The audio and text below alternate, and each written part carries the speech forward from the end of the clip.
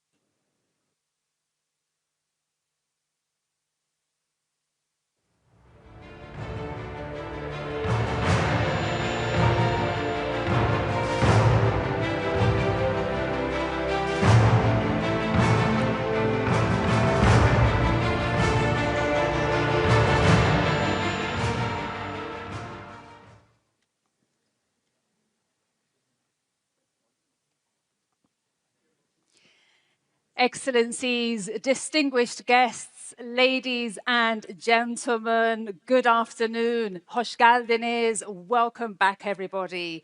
Welcome back.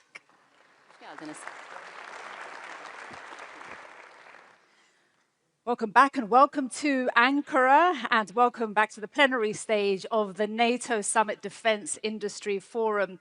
We are also broadcasting live, so welcome to those of you who are joining us now online. I'm Maria Ramos. I'm a television news anchor for Turkey's international news channel, TRT World, and I'm also a Master of Ceremonies today. It's such a pleasure to be with you here today for the NATO Summit Defence Industry Forum. This morning, as so many of you heard, the NATO Secretary General and the Deputy Secretary General made a series of important announcements. And they demonstrated how the alliance is uniting, innovating, and also delivering on production capacity and also on the capabilities that matter the most. And you can read all about these announcements on the NATO website and also, of course, in the press. Ladies and gentlemen, we have an amazing and very rich afternoon ahead for you today. And we have gathered here heads of state, ministers, CEOs from a very wide range of industries. And they will be sharing how NATO is working to deliver on its commitment to rapidly ramp up defense industrial production and innovation across the alliance. And before we begin, please, phones on silent. Ladies and gentlemen, let's start. Please join me in welcoming to the stage the Minister of National Defense of Turkey, Yaşar Güler. Excellency, the stage is yours.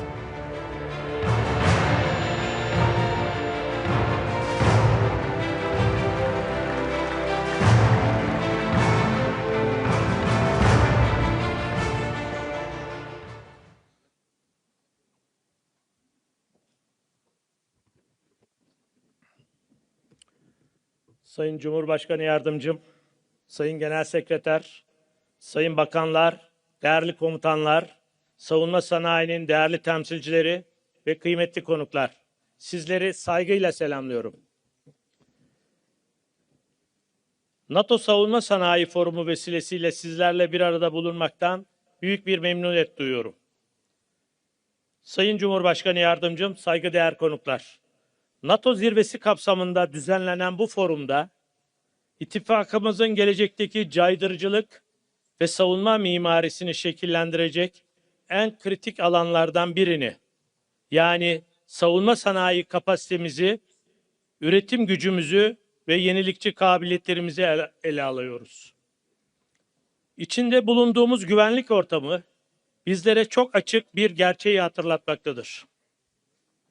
Ülkeler egemenliklerini, hak ve menfaatlerini koruyabilmeleri için güçlü bir devlet yapısına, etkin bir diplomasiye, caydırıcı bir askeri kapasiteye ve sürdürülebilir bir savunma sanayi ekosistemine sahip olmalıdır.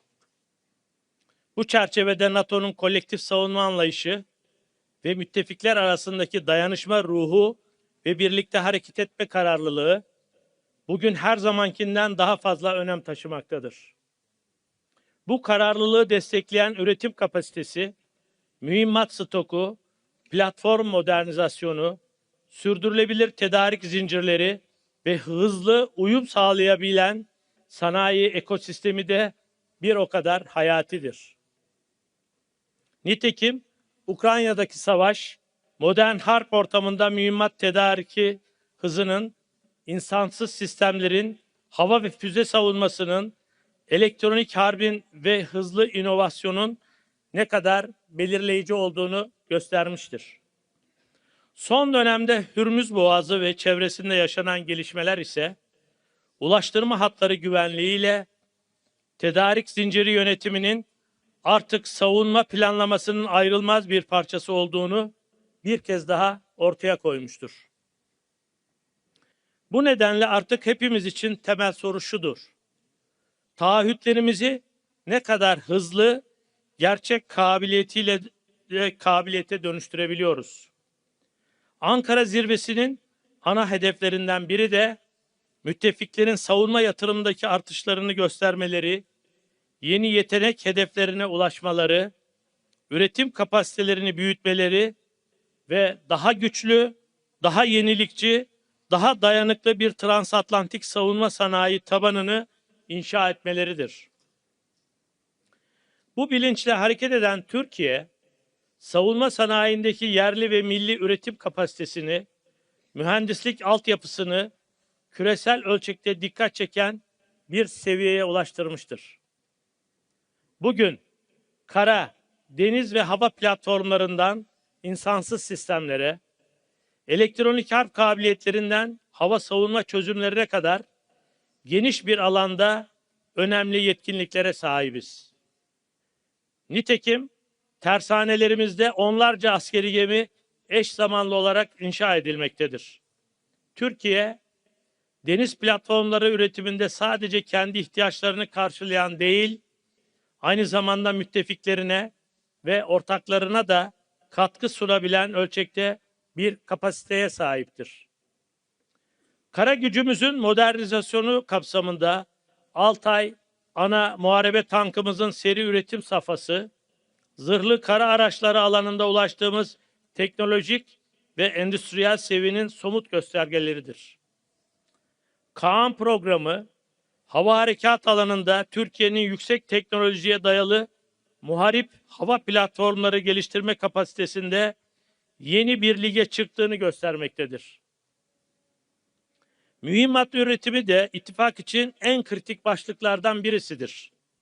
Son yıllarda 155 milimetrelik mühimmat üretim kapasitemizi çok hızlı biçimde artırdık ve bu alanda somut sonuç üreten müttefiklerden birisi olduk.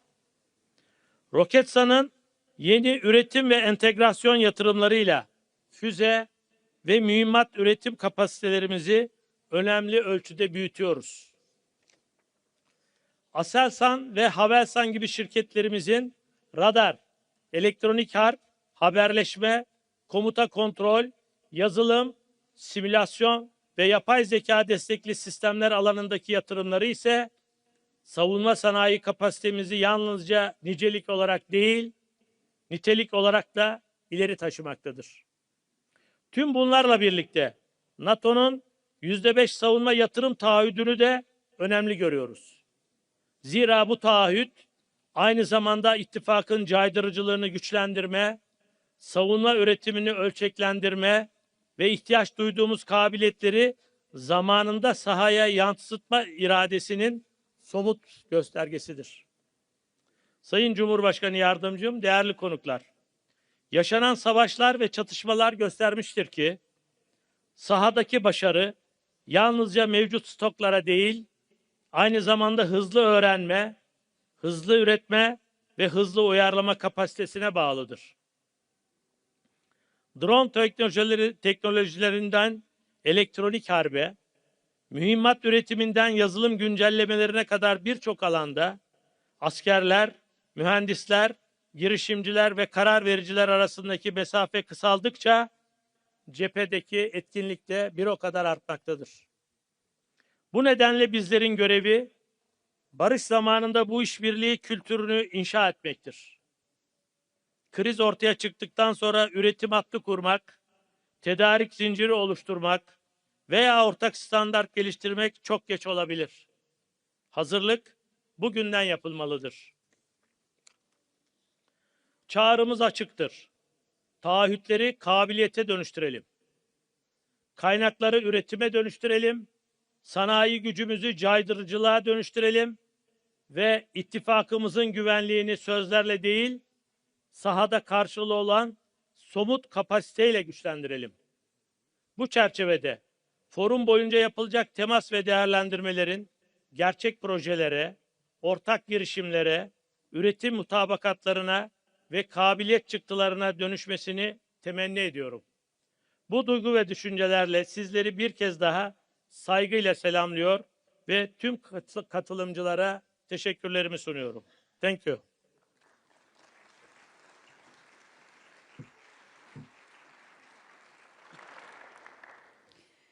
Çok teşekkür ederim, Minister Yaşar Güler. Thank you very much indeed for your comments there. Thank you so much. All right, ladies and gentlemen, we continue. Please join me now in giving a very warm welcome to the NATO Secretary General, Mark Rutte. The stage is yours, Secretary General.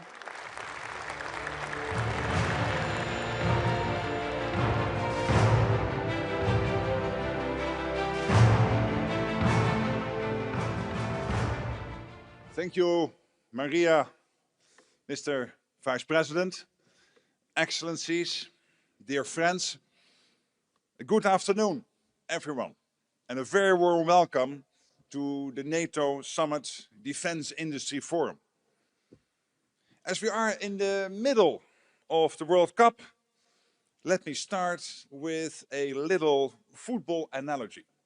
And I do this with a heavy heart, as the Netherlands, my country, has been kicked out, and also Curaçao, which is part of the Kingdom of the Netherlands, has been kicked out of the World Cup. But still, I maintain the football analogy. Because there is something I believe football teaches us. No team wins because of one brilliant player. We need a goalkeeper, you need the defenders, the midfielders, the strikers. And yes, everyone notices the player who scores the winning goal. But behind every successful player and team out on the pitch are many others on the bench and behind the scenes. The coaches, the trainers, the analysts, the people making sure everything works. Everyone matters, no one wins alone. NATO is much the same. It takes a whole team to deter and defend most effectively. Our political leaders set the direction. Our armed forces are on the pitch every single day. And you, our defense industry, provide the strength behind the team. The equipment, the innovation, the production capacity. To have power, resilience and endurance, we all need to be fully engaged in the game, working together for our shared security. You, need us at NATO to tell you what our militaries need. That is the demand. And we need you to turn those requirements into real capabilities. That is the supply. That is why it is so crucial that we continue to build cooperation between NATO and industry. I have seen it grow and develop since I took over in 2024. I have visited factories and facilities across the alliance, including here in Turkey. I've spoken with company leaders, engineers and workers on the factory floor. I've seen the innovation. I've seen the opportunity. And I see our partnership in action right here at this forum. This is what teamwork looks like. And this is a team that knows how to score. Last year at the NATO summit in The Hague, allies made important commitments to invest 5% of GDP in defense, to accelerate production and to speed up innovation. 1 year later, we can already see the results. Last year alone, European allies and Canada spent nearly 20% more on defense than the year before. An extra $139 billion. Looking at 2025 and 2026 together, it is an increase, again, Canada and the Europeans, of $258 billion, more than 250 billion. And that's just the additional investment. So basically, one thing is clear. The money is there, and much more is coming. But this cash must be put to work. It needs to purchase capabilities, to actually deter and defend. Governments and the defense industry are laying the path by investing in expanding defense production. Over the last year alone, we have seen $37 billion invested in just boosting our defense industrial base itself. Again, think about this number, 37 billion to boost our defense industrial base. So larger factories, new production lines, more capacity. In fact, there is enough additional production space to cover more than 2,000 football pitches. And just this morning at the forum, substantial new contracts were signed and more big announcements were made. Altogether worth tens of billions of dollars and growing.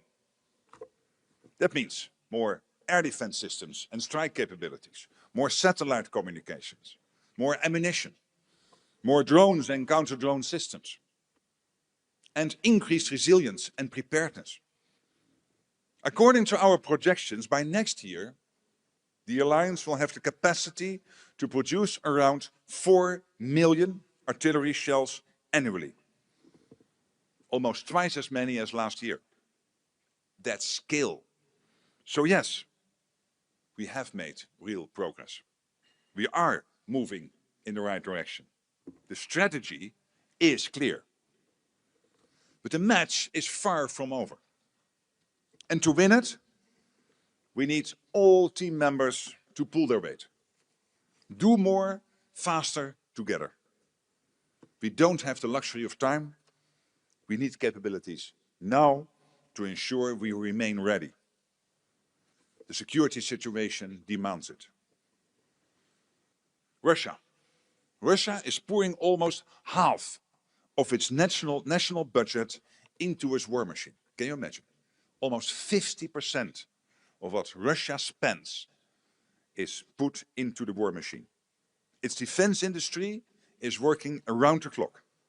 And not only the defense industry, also the rest of the industrial base in Russia is supporting the war effort. China continues to modernize its armed forces and expand its nuclear capabilities without transparency. North Korea continues to expand its nuclear program and supply Russia. And while recent US action has significantly degraded Iran's nuclear and ballistic missile programs, we must remain vigilant. these countries are increasingly working together. And that should concern us all. Because I assure you, they do not have our best interests in mind. So that's what we are up against. That's the reality we face. To meet the challenge, we need a transatlantic defense industrial revolution. The hum of machinery must become a roar. Now, that sounds dramatic, but it can be done.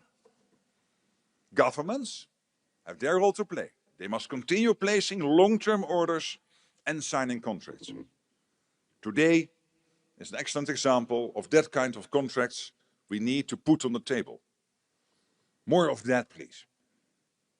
We need a bonfire of red tape in our procurement and in our cross-border regulation. Both government and industry must continue investing in production capacity. Governments must also create the conditions for industry to expand and cooperate. Factories need reliable energy, electricity and fuel. They need secure supply chains. And above all, they need skilled people. Engineers, technicians, innovators. At the same time, industry across all of the nations represented here must be ready to take more risk. The demand is there and you know it. We are being much more open about what we need. At the summit, we are releasing publicly for the first time a consolidated demand signal outlining our requirements. We will help ensure you know the demand and understand it. And you also know the market is growing. Allies will continue to invest in defense. This is not an anomaly, this is a trend. Lastly, no single nation and no single industry can power an industrial revolution alone. But the good news is that we don't have to, because we have NATO. We combine the assets, the technologies and the industries of 32 countries across Europe and North America. That's incredibly powerful. We have an unequaled pool of talent, creativity and expertise out there. And many are right here in this room today. And we are even stronger when we work together with our partners. With Ukraine, of course, which continues to innovate at incredible speed. It now boasts an unparalleled drone ecosystem. And we are creating opportunities for more industrial cooperation and co-production with Ukraine. We must seize this opportunity. We are also building industrial cooperation with the European Union and countries in the Indo-Pacific. I've seen the Japanese defense minister and others here in this room today. Welcome. Because when we combine our efforts, we produce more, we innovate faster, and we strengthen all our security.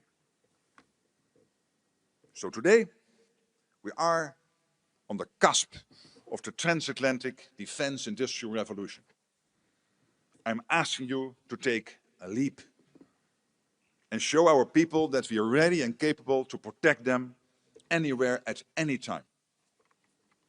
And show Russia and all those watching today that the transatlantic defense industrial base is mobilizing with purpose. Not in anger, but for our collective security. So let me finish where I started. Winning teams prepare. They train, they invest, they build trust, and they keep improving. That's exactly what we must continue to do. The partnership between NATO and industry is the winning one. So now, let's deliver even more, even faster, and together. Thank you. Thank you so much. Thank you. Thank you. All right, we continue. Thank you so much, Secretary General Mark Rutte, and thank you for that analogy also with regards to football, very important.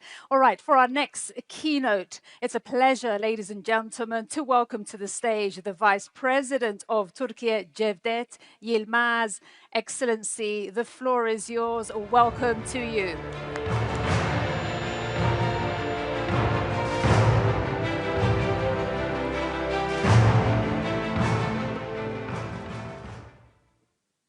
NATO'nun saygıdeğer Genel Sekreteri Sayın Mark Rutte, Çekya Başbakanı, değerli bakanlar, NATO üyesi ülkelerin kıymetli yetkilileri, değerli misafirler, hanımefendiler, beyefendiler, hepinizi saygıyla selamlıyorum. Ankara'ya, NATO Ankara Zirvesi Savunma Sanayi Forumu'na hoş geldiniz diyorum. Bildiğiniz gibi bundan 22 sene önce İstanbul'da NATO'ya ev sahipliği yapmıştık. Bugün Türkiye'de savunma sanayinin kalbi konumunda olan başkentimiz Ankara'da sizleri bir kez daha misafir etmekten ve ittifakımızın bu önemli toplantısını gerçekleştiriyor olmaktan büyük bir memnuniyet duyuyoruz.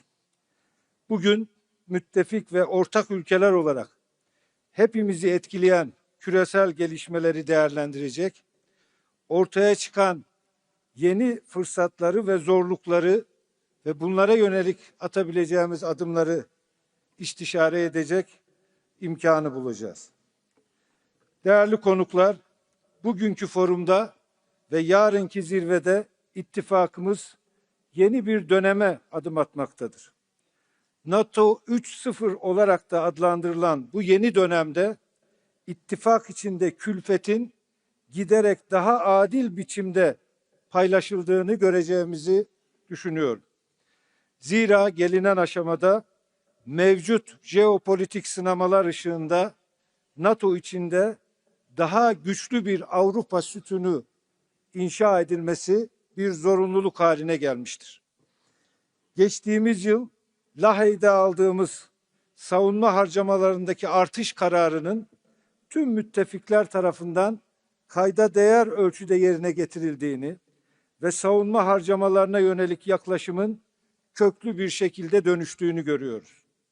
Şimdi önümüzdeki sınama artan savunma harcamalarının somut yeteneklere dönüştürülmesi ve bunun için gerekli sanayi üretim kapasitesinin oluşturulmasıdır. Hepimizin üretim kapasitemizi hızla ve birbiriyle uyum içinde genişletmemiz gerektiği yönündeki tespitlere katılıyorum.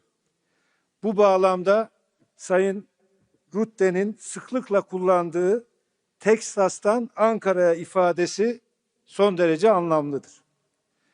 Kıymetli misafirler, Cumhurbaşkanımız Sayın Recep Tayyip Erdoğan'ın güçlü siyasi iradesiyle Türkiye, içinde bulunduğumuz dönemin ruhunu erken bir aşamada kavramanın ve savunma sanayinde erken bir dönemde yola çıkmış olmanın avantajını yaşamaktadır. Bugün Türkiye, dünyada savunma ihracatçısı ülkeler arasında 11. sırada yer alıyor. Yakın bir gelecekte ilk 10 arasına girmeyi hedefliyoruz. Futbol tabiriyle ifade edecek olursak Türkiye 1. ligde olmayı hedefleyen bir ülke konumunda. Savunma sanayimiz pek çok açıdan kapsamlı bir dönüşüm geçirmiştir. Ürün yelpazemiz artık hava, kara, deniz, siber ve uzay alanlarının hepsini kapsamaktadır. Bu çabalarımız sonucunda Türk Silahlı Kuvvetlerimizin envanterinin yerlilik oranı %80'i aşmıştır. Bununla birlikte Türkiye, müttefik ülkeler için de güvenilir bir tedarik kaynağı ve proje ortağı haline gelmiştir. Savunma ve havacılık ihracatımız son bir yıllık dönemde 11 milyar doları aşmıştır. İhracatımızın yarıdan fazlası NATO müttefiklerimize ve Avrupa Birliği üyesi ülkelere gerçekleştirilmiştir.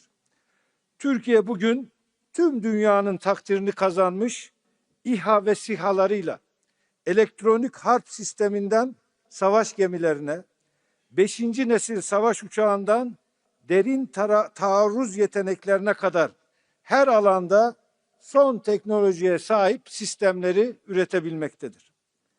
Dünyanın en büyük 100 savunma şirketinden 5'i Türk şirketleridir. Savunma sanayinde geldiğimiz bu aşama asla tesadüf değildir. Türkiye bu ilerlemeyi kamu ve sanayinin birlikte çalışmasıyla ve savunma sanayi firmalarını sürece en başından itibaren dahil ederek gerçekleştirmiştir. Bugün Sayın Genel Sekreter tarafından duyurulan NATO'nun sanayi işbirliğine yönelik yeni stratejisi de esasen buna işaret etmektedir. Değerli konuklar, savunma sanayi dayanıklılığı artık sadece hükümetlerin ve şirketlerin meselesi olmaktan çıkmıştır.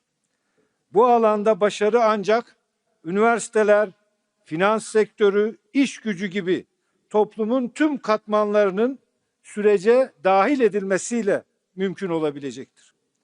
Tüm bu yapı her şeyden önce insan gücüne dayanmaktadır. Bugün Türkiye'nin savunma sanayi iş gücünün ortalama yaşı 34'tür. Mühendislerimizin yarısını ise kadınlar, genç kızlar oluşturmaktadır. Bu da bize şunu söylüyor, gelecek bizim genç iş gücümüzle.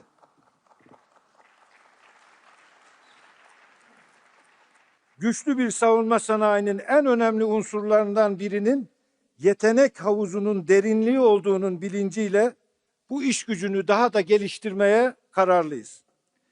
Gerek 100.000'i aşkın nitelikli istihdam, gerek hızla artan ihracat, gerekse sivil endüstrilere sirayet eden teknolojik yenilikler ile savunma sanayimiz aynı zamanda ekonomik kalkınmamıza ve sosyal refahımıza da katkı sunmaktadır. Ben yıllarca Kalkınma Bakanlığı yaptım. Savunma sanayi sadece güvenliği değil, teknolojik seviyeyi yükselterek tüm kalkınma sürecini de desteklemektedir. Aynı şekilde yapay zeka başta olmak üzere teknolojinin oyun değiştirici gelişimi göz önüne alındığında savunma sanayinde inovasyonun önemi hiç olmadığı kadar artmış, araştırma geliştirme çabaları sürecin ayrılmaz bir parçası olmuştur. Diğer yandan savunma sanayinin gelişimi için uluslararası işbirliği de kritik önem taşımaktadır.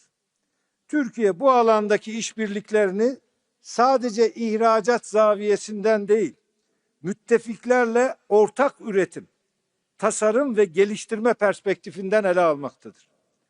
Geçtiğimiz hafta Sayın Cumhurbaşkanımızın müttefik parlamenterlere açıkça ifade ettiği üzere savunma sanayi ticareti ve işbirliğinin önündeki engelleri hep birlikte kaldırmalıyız. Müttefikler arasında savunma alanındaki ticari kısıtlamaları ve yaptırımları mutlaka hep birlikte ortadan kaldırmalıyız. İttifakın askeri hazırlık düzeyini arttırmak istiyorsak, kolektif güvenliğimizi güçlendirmek istiyorsak, bu anlamsız yaptırımları, kısıtlamaları hep birlikte masadan temizlemeliyiz. Bu nedenle hem müttefikler arası ikili düzeydeki tüm kısıtlamalar kaldırılmalı, hem de NATO'nun Avrupa sütununa önemli katkı sağlayan Türkiye, başta AB olmak üzere Avrupa'daki tüm savunma ve güvenlik girişimlerine katılabilmelidir. Aksi takdirde üretim kapasitesinin gelişimi yavaşlayacak ve üretim maliyetleri artacaktır. Daha dayanıklı bir Avrupa Atlantik güvenliği, üretim kapasitesini, teknoloji birikimini ve operasyonel tecrübeyi aynı stratejik hedefe yönlendirebilen bir güvenlik mimarisiyle mümkündür. Türkiye bu mimaride güçlü, güvenilir ve katkı sağlayan bir ortak olarak yer almaya hazırdır. Değerli katılımcılar, bugün bu anlayış temelinde savunma sanayi işbirliğine yeni bir istikamet vermek üzere yapacağımız görüşmelerin şimdiden hayırlı olmasını, tüm ülkeler için ve NATO için yararlı sonuçlar doğurmasını diliyorum. Temaslarınızın yeni işbirliklerine kapılar aralayacağına canı gönülden inanıyorum. Sabah oturumlarında yapılan ve günün geri kalanında yapılacak olan görüşmelerin, anlaşmaların ve duyuruların NATO'nun caydırıcılık ve savunmasına önemli katkılar sağlayacağına ve müttefikler arasında daha güçlü sanayi işbirliği için yollar açacağına eminim. Bu düşüncelerle hepinizi tekrar saygıyla, sevgiyle selamlıyor. Ankara'ya, Türkiye'ye tekrar hoş geldiniz diyor.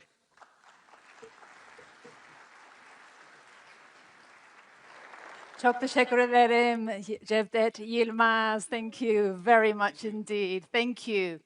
And I'm sure, ladies and gentlemen, if I may, speaking on behalf of all of us, how happy we are and grateful for Turkey's generosity and hospitality as hosts of this important event. Teşekkür ederim, Turkey. Thank you very much indeed for being such graceful hosts.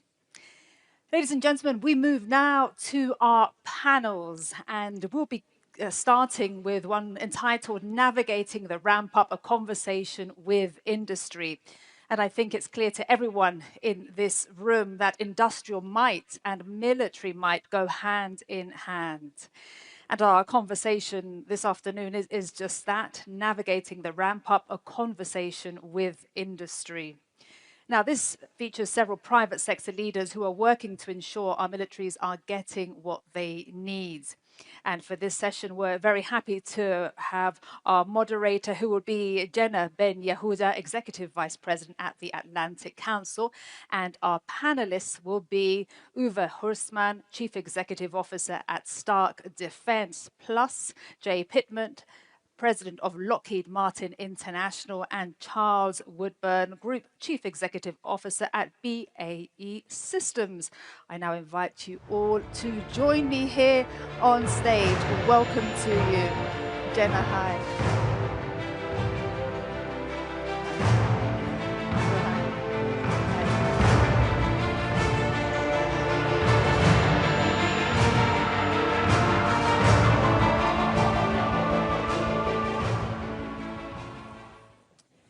Well, good afternoon, everyone, and thank you for that kind introduction. We are gathered here in Ankara just 1 year after the alliance adopted a bold new defense commitment to increase defense spending in The Hague. What a year it's been. We're already seeing real strides, but we know that turning those new defense dollars, euros, and lira into real capabilities is easier said than done, and realizing this once-in-a-generation defense transformation really demands a whole-of-society approach that is led by governments working in lockstep with industry. We know that's not easy to do, and it's a challenge that institutions across the alliance are grappling with, including at the Atlantic Council through our ongoing task force on reimagining European defense and innovation. So in recognition of these shared challenges, and with an eye toward bold and innovative solution, it's really a privilege to moderate this panel, and I'm delighted to be joined here on stage by an esteemed group of military leaders. We have Uwe Horstmann, the founder and chief executive officer of Stark. Uwe has been a leading voice for investment in European sovereignty for the last 15 years. Jay Pittman, the president of Lockheed Martin International. Jay is responsible for driving strategies to provide mission capability to allies and oversees the company's business and markets outside of the United States. And Dr. Charles Woodburn, the Group Chief Executive Officer at BAE Systems. He's an experienced business leader with more than 28 years of experience in defense and aerospace and oil and gas industries. So we have tight time and about 3 days worth of content to get into, so I'm going to jump right in here. There's been a lot of discussion about industrial ramp up, and we know that contracts are the obvious lever, but they're not the only one. And so as we look beyond contracting, what government or industry initiatives do you think have actually moved the needle on scaling up defense production? So what's working and what's missing? Uwe, let's start with you. Of course, yeah. Thank you. I think that's exactly the right question, right? Because that is probably also what gets us from an abundance of money available, as the Secretary General just said. There's more to come. How do we translate that into actual capabilities? Because just price increases is probably not the right way. And I think we would always be well advised to look towards Ukraine and figure out what is the role model that we should look up to. And for me, that is really building an innovation ecosystem, getting that innovation ecosystem going. It's much more that than just this one single capability that we maybe hope for is going to solve all of our issues. So diving deeper into that, I think that's also where I look to when trying to answer your question. Two things. A, I think we need to continue on the path to design for mass production. When we have people come to our facilities, we had production experts there the other day, and they said like, wow, this looks like a washing machine factory. And I'm not sure if they try to insult us, but actually we wear it as a badge of honor, because if you get your production for an unmanned mass-scale weapon system at the complexity of a washing machine, you're probably going in the right way. So I think we should continue with our procurement to not forget, but really strengthen that part of the industry. There's other parts, if I pick out a second one, where I think I would describe myself as a paranoid optimist. So I think we're moving in that direction, but we probably could always go faster. I think specifically in my part, in my component of the capabilities, again, unmanned, mass producible, software defined, we can still work a lot on certification. Certification itself, of course, is a massively important step for us. What do I mean by that? Concretely, I think we need more testing facilities, certification facilities in Europe. We can probably condense the procurement with the testing and the certification even further. And we probably should also look more into how certification in one country can also be absorbed by another country. So those are a few things where I would say we're following the blueprint of Ukraine, which is not one single wonder weapon, but the ecosystem organization is the wonder weapon, of course, combined with industrial production output. And if I think we follow that path, generally, that's the right way to go. Charles, you've mentioned that you're really feeling this change, and Uwe has pointed to some of those elements. What else are you seeing in your space that you feel like is really on the march? Well, I was going to say specifically, one of the things that we have seen in the last 12 months is a much more active partnership between the traditional defense industries, such as ourselves or Jay's, and the sort of new entrants, the disruptors in the space. And I think that's benefited all of us. I mean, this whole idea that 80% can be good enough for a lot of what we do, and the fact that if we're going to fight a common fight and combine on common systems, open architectures, we're all being driven in the same direction. So I see in the last 12 months, I think quite a significant shift towards partnership between new entrants in defense and ourselves. And I think that's a really good thing going forward. I think to your point, great progress on partnerships generally. I mean, we have some good examples across Europe. I think often people criticize Europe as being quite fragmented, but we should also highlight where we do have really good partnership programs. You've got Eurofighter or RCV90, for example, or Type 26 sail into Norway, where we're combining capabilities.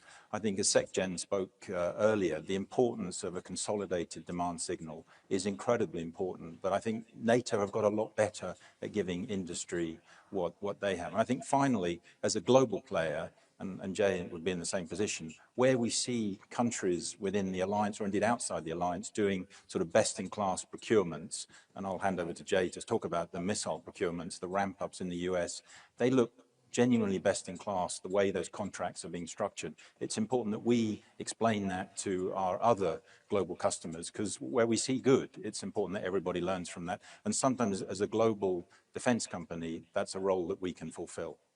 So Jay, I want to give you a chance to respond to that. And you're obviously representing an American company based overseas, looking at the global market. What has your experience been like of this shift in the last 18 months? Yeah, first, obviously, we would like to be considered a global company, but Surely. Understood fully. But no, Charles, thanks for the tee up. I think we've had lots of good discussion about this. We heard some of it this morning. When you have a better forecast of aggregated demand, you look at it in a multi-year situation, industry can show up differently. There's creative things we can do in terms of capital and financing and requirements to be able to drive through the supply base.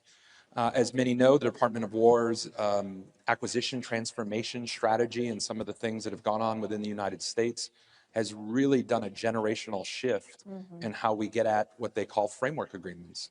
I'm proud from Lockheed Martin. We were kind of the first to the party in terms of being able to go sign and document out one of those framework agreements, now multiple framework agreements. And what it's doing is we're not talking just normal stair-step increases in things like munitions. In some cases, we're quadrupling production lines. And it's not just borne on the expense of the US government and trying to facilitate us. It allows industry, it allows supply chain to go off and invest differently, think differently of how we show up. So from a Lockheed Martin perspective, it's allowed us over a few-year period to invest about $9 billion in terms of capital and in infrastructure and site expansion, additional sites, et cetera. But as Charles was saying just a moment ago, I hope that lends as a message that if we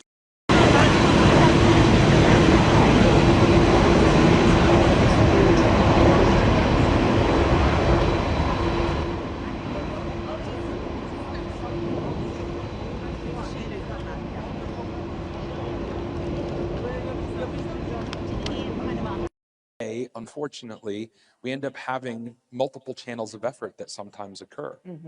We might have efforts in the United States, we might have efforts across Europe, we might have efforts across NATO, we have efforts beyond, obviously, those countries and regions on the world stage. If we can have more aggregation of that and work with companies, such as all of us on the panel, and make sure that we're attacking the requirement space in a way that we can show up with a solution versus a prescribed in a box, then sometimes we can come up with some very, very creative solutions. And in this case, this is how we're getting at quadrupling demand. So I want to come back to you, Uwe, on capital shifts that you're seeing and these shifting requirements question. But first, Charles, I want to come back to you. What's missing from this? We've seen kind of a call for consolidated requirements, things that help you do more faster. What else is on that list? Well, it's not like one thing, it's just pace generally. And I think as the Secretary General said, translating it from a hum to a roar, it's the acceleration of many of the initiatives. I'm not sitting here thinking there's something key missing. We just need it more pace. I mean, in industry, we're investing at record levels, CapEx, self-funded R&D. Industry will happily do that when we see and there's a clear business case ahead of us. So the more we can do to consolidate that and build the business case, the quicker we can move. And for a company such as ours, we have no shortage of capital to deploy, and we're ready to do that when we see the business case, as we have been doing. So I think pace, it's not that pace is missing, but we can always do with more pace. So that shared commitment for velocity. Indeed. I want to come back to you on capital. We hear a lot about this need to deepen an innovation ecosystem across Europe in particular. Lack of capital is sometimes cited. What shifts have you seen afoot? Is that really still the question worth asking? I think so. I mean, it's been a super interesting journey over the past, I want to say, 5 to 10 years.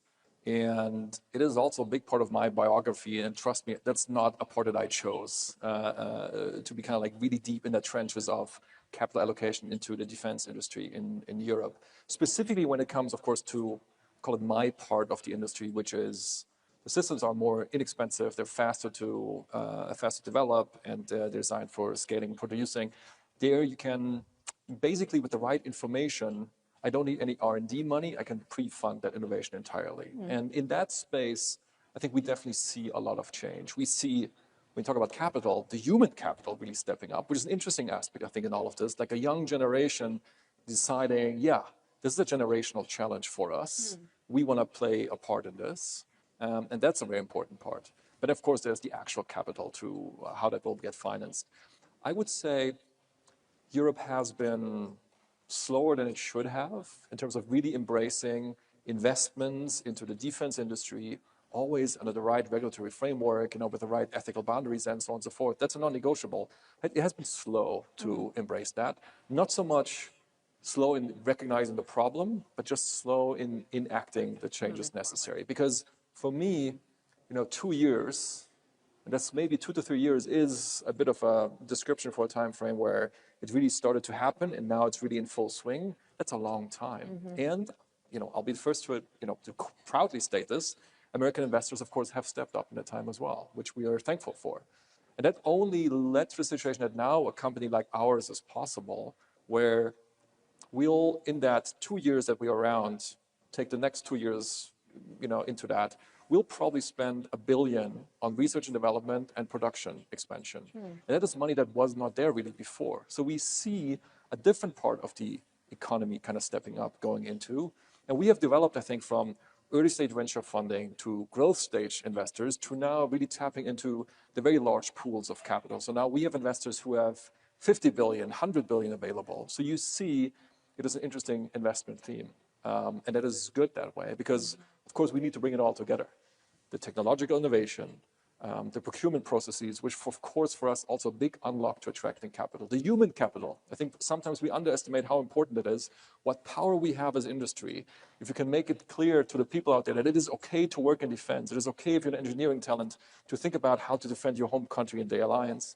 And of course the actual capital, which is also needed. And which also to a certain degree, at least in my part of the whole stack of military systems, can replace taxpayers' money, but can really replace also the R&D funding. So Jay, I want to turn to you. You're at a different part of this spectrum within the space. You're a larger established company, one of these major primes that we're often talking about. This push for velocity, this push for rapid fulfillment of really delivering quickly. How have you experienced those shifts, and how are you approaching some of that need to be able to respond to those requirements and reduce that time to decision? Yeah, I first start by saying, I hope everybody still thinks of Lockheed Martin as an incredibly innovative and forward-leaning company. We have things like our Skunk Works organization in Palmdale that have, for generations, established some of the cream of the crop of advanced technologies and capabilities. So the way that I look at it is, this is a great opportunity, just like this panel, for all of us to work collaboratively across the industry. There's requirements that we're all attacking that we need to get at faster than ever before.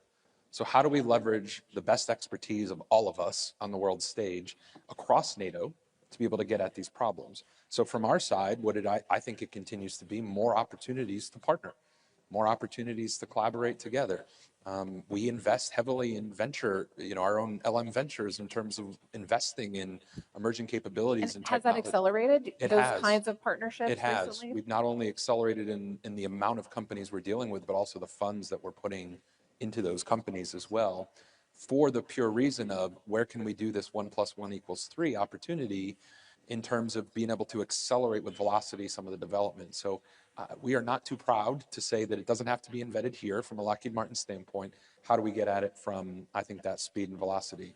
So I think it shows up in all life cycle phases, though. I think we often think of like velocity in terms of development.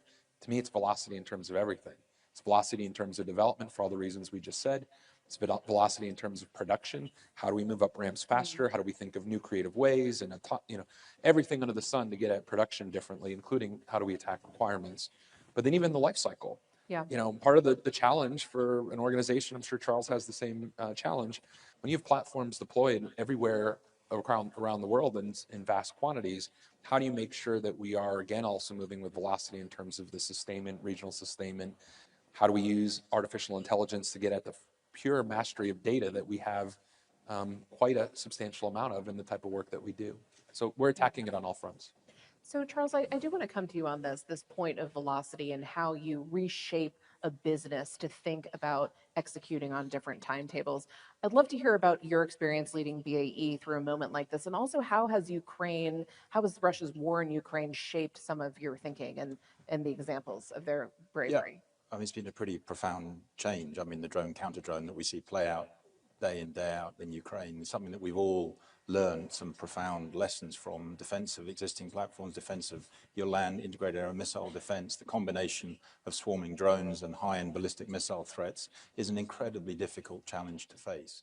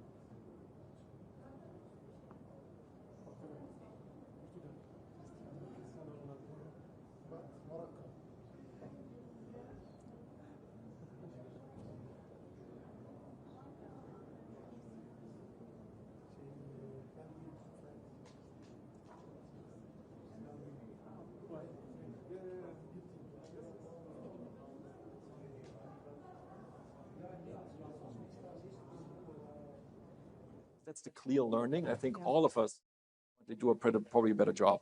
Give us the requirements, force us to be more interoperable, and we will probably also, all of us, have to do a better job at delivering on that. And specifically on the data sets, we should really ideally thrive for a situation where we have very high walls. We really vet everybody very carefully, but once you make it in, you probably should have access to a lot of data. I don't sometimes understand why we don't treat breast cancer, for example, where we have great radiology data sets, and we give them basically to everybody whom we trust, help us make better diagnoses. Maybe enemy tanks, we should treat them more like breast cancer and also give access to people who can train their models on it, because that way, if you're a trusted partner of the ecosystem, we give you access to better data, and hopefully for all of us, we'll get a better solution out of it. Yeah. So we've covered a lot of ground. We've talked about the changing investment climate in Europe. It feels like you're doing more, working together, new partnerships. We've also seen some demand signals, I think, for the decision makers in the room, a real desire maybe for forcing some decisions on interoperability, making some of that a requirement, longer tail orders, more predictability in the space, ability to scale that production. Anything else? What are we missing? What are the buzzwords that everybody in this room and online needs to be thinking about throughout this industry forum? I've got to come back to collective pace. Yes. For all of us. I mean, we recognize the challenge. We see what our adversaries are doing, and collectively, we just need more pace in this. And you know, we're ready to play our part, I think, in industry, but collectively, with everyone in this room, we just need more pace. I would pile on Charles's word by saying again, collectively though, how do we make sure across the entire NATO supply base, do we make sure we're operating with strength and full access for the entire supply base? So this is not just spend more, but spend well, spend smart, do it fast, and build together. Yes. Thank you. That's all the time we have.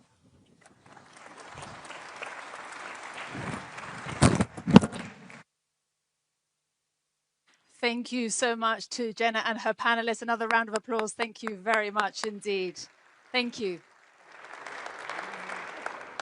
Ladies and gentlemen, now to moderate a very important conversation on the capability challenge, a NATO-EU conversation. I'm very pleased to welcome Ambassador Tajan İldem, who is the chairman of the Center for Economics and Foreign Policy Studies, EDAM, which is an Istanbul-based independent think tank. Ambassador, welcome to you. Lovely to have you with us. Thank you. And I'm also very pleased to welcome, ladies and gentlemen, please join me in welcoming the President of the European Commission to the stage, Ursula von der Leyen. Welcome. And a very warm welcome back to the stage, the NATO Secretary General, Mark Rutte.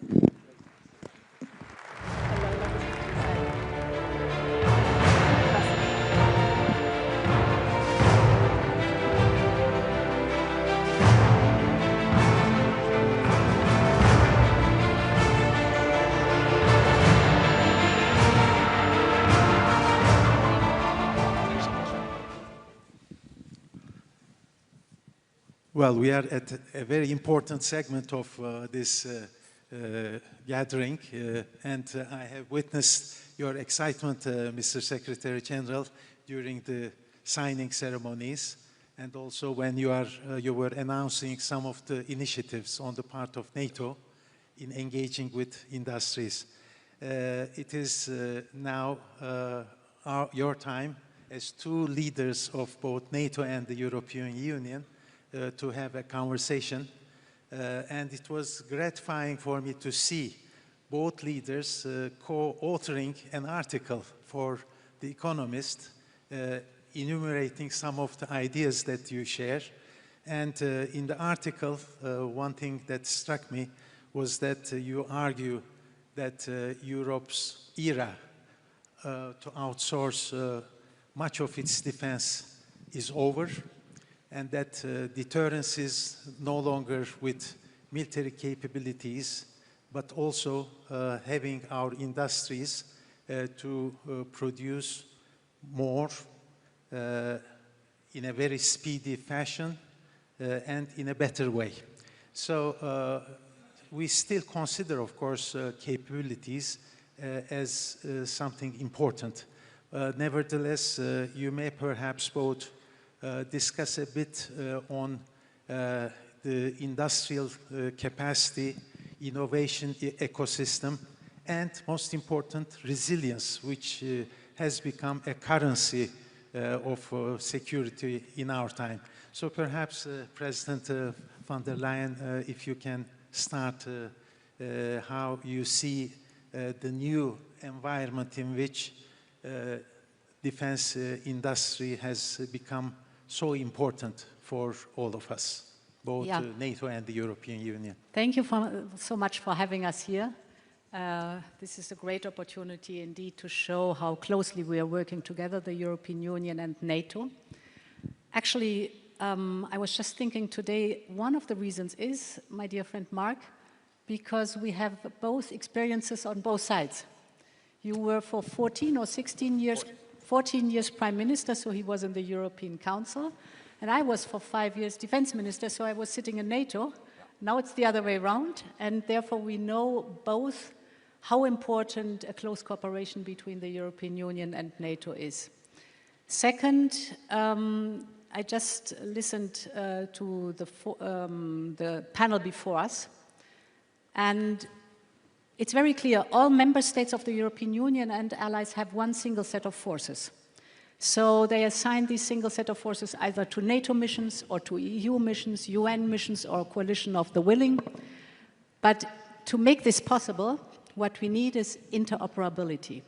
And of course, in this geostrategic and geopolitical environment, we need a massive surge in defense investment.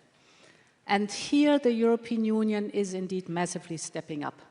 We have our Rearm Europe program, which mobilizes up to 800 billion euros till 2030.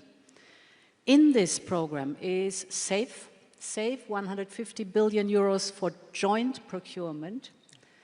And not to forget, the next long-term budget will have 131 billion euros for military capabilities, plus 17 billion euros for military mobility, which is also of utmost importance: streets, bridges, ports, airports, etc. The infrastructure also has to be here on the European side. And on SAFE is for us very important, as I said, the joint procurement. Here we have good news. We have now 10 agreements worth 100 billion euros. SAFE is per design open also to partners and other countries. 35% of the cost components can go outside the European Union, but of course 65% have to be in the European Union, and that's the point how we strengthen the defense industrial base, because with this taxpayers' money we want, of course, a return on investment, and we want good jobs in Europe, we want research and development in Europe, so that's important for us. My last sentence on this: the door is more open than the 35% for countries outside the European Union. If there is a security and defense agreement signed, Canada is the first one to have done this, so these possibilities are also there. So you see a wide spectrum of investment. Yes. Well, Secretary General, if you can also share your perspectives. Well, basically, I totally agree. The great thing is we know each other so long, and of course, there is a clear division of labor we both agree on. So that's why we can strengthen each other's roles. So NATO is about command and control, capabilities, and standards. Basically, all the other things have to be handled by Europe. And the EU, of course, is crucial there. And 23 of NATO allies are also in the European Union. So most of the NATO allies are also a member of the European Union. And when you look at issues like, indeed, making sure the money is there, the 800 billion, crucial program. But also when it comes to, indeed, military mobility, when it comes to societal resilience, when it comes to developing the defense industrial base. This is all what Europe, the EU, is working on. You appointed Andrius Kubilius, the first defense commissioner, I think in the history of the European Commission. He is working on that with a specific focus under your leadership, and I think that's all evidence. And we've got to do this because the threat is there. We cannot continue as we did, being over-reliant on the United States. We need this much stronger Europe in a stronger NATO. And we can only get there when we work together seamlessly as one, using and leveraging each other's strengths. And that's what we are doing. Well, we all know that it is important for Europeans to strengthen their strategic responsibility. I rather prefer using strategic responsibility rather than autonomy in order to have the transatlantic bonds as strong as ever. While doing so, of course, NATO is most appreciative of the initiatives taken by the European Union. You mentioned SAFE. Of course, there are many others: European Defence Fund, PESCO, EDIRPA, REARM, and of course, in creating capabilities, translating cash to capabilities, the European Union needs to look not only to the capabilities of the member states, and Europe is more than the European Union.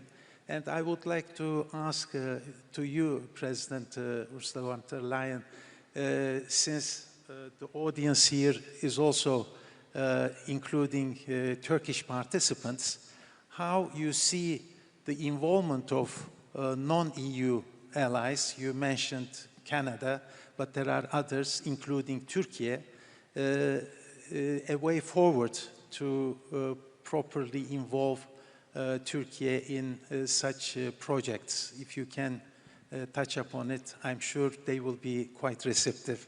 Yes. Turkey is one of the largest armed forces within NATO, of very big importance, and has always played an important role in the alliance, but also, of course, in our relationship with the European Union. And as I said, if you only look at SAFE, which are the 150 billion euros, 35%, that's a lot, is open to work, for example, together with Turkey. But the 800 billion up to 2030 is the decision of the member states how to invest their defense allocation in order to fill the gaps. So there's a wide opportunity to have a very close cooperation with each other. For us, it's very important to be totally aligned with the NATO targets because, as I said, the one single set of forces, we know where the gaps are, and we have to work very closely together. So, for example, the NDPP, the NATO defense planning process, is for us very important so that we fill the gaps in a cost-efficient manner. But I want to add another point. We also want to work very closely with Ukraine. The panel before us described the phenomenal, innovative power that Ukraine has. And this we have to use because we have to step up in our defense capabilities fast, at a reasonable cost, and smart. And Ukraine has proven all this in the last years under the pressure of the war. This is the reason why the European Union, for the first time, opened an innovation office in Kyiv to have the direct contact with the Kyiv industrial base. Secondly, we are encouraging our companies to go into joint venture with Ukrainian companies. And thirdly, we as a European Union are working on a longer-term partnership in order to look how to boost our cutting-edge technology base in our defense industrial base in the European Union together with Ukraine. We can learn a lot from Ukraine, and we have to learn a lot because they are not only highly innovative, but also battlefield experienced. So this whole picture shows how much we are stepping up here together with NATO because we share the same interests and we share the same values and we know what's up. Secretary General, you in your remarks told that the priority for Ankara summit would be also to have a proper follow-up of the Hague summit meeting with the decisions taken there. Of course, when European allies elevate their contributions in burden sharing, it should not translate itself to decoupling. Transatlantic bond to maintain it is of vital importance. But talking about the defense industrial capacity, there are few earlier initiatives like Diana Innovation Fund, but you also today touched upon some new ones. What would be the priorities for NATO in years ahead to focus and deliver, and what industrial community could expect and what you expect from them? Basically, the priority is for our defense industrial base in Europe, in Canada, in the US, to produce more. We are making progress. It's really getting much better. You see in Europe, more production lines, more factories being opened. I mentioned in my short speech the ammunition, which is really, when it comes to the output, it's a huge increase in production. But we need this across the defense industrial base, again, in Europe, Canada, and in the US. Because Russia has the whole of its economy now on a war footing. So the car industry in Russia is producing for the war effort. And that means that we've got to do this also in Europe, Canada, and the US. And what we are seeing at the moment is a transformation which is unparalleled since the end of the Cold War, where Europe is taking so much more responsibility for the conventional defense of NATO, of this part of NATO territory, with still a strong US presence, also going forward, both nuclear and conventional. But it is a NATO transformed, where the US has a strong partner in Europe, much stronger than it was only 4 or 5 years ago. Therefore, the whole of NATO is stronger, as the German defense minister said the other day, to stay transatlantic, we have to become more European. And that's exactly what is happening. And you see some of the key leadership roles in NATO now being taken over by Europeans. You see the Europeans taking the lead on Ukraine and the support for Ukraine, with still crucial supply from the US, but paid for by European and Canadian allies. We see it again with some of the commands in NATO taking over by Europeans. We see the forward land forces more and more Europeanized. We're still a US presence, and also the 3 centuries, Baltic, Arctic, and Eastern, very much European dominated. This is what we need. So this cooperation between NATO, European Union, is leading to a transformation which, again, is unparalleled. And we need it because in the end, it makes us stronger. Well, there is a geopolitical transformation in general with its rupture, unfortunate rupture, and certainly it is necessary to also have a transformation of mindset. And it requires perhaps, as many have touched upon already, not to see governments as the only stakeholder, but it should be a combination of contributions from others, including industry. So we used to talk more about whole of government approach.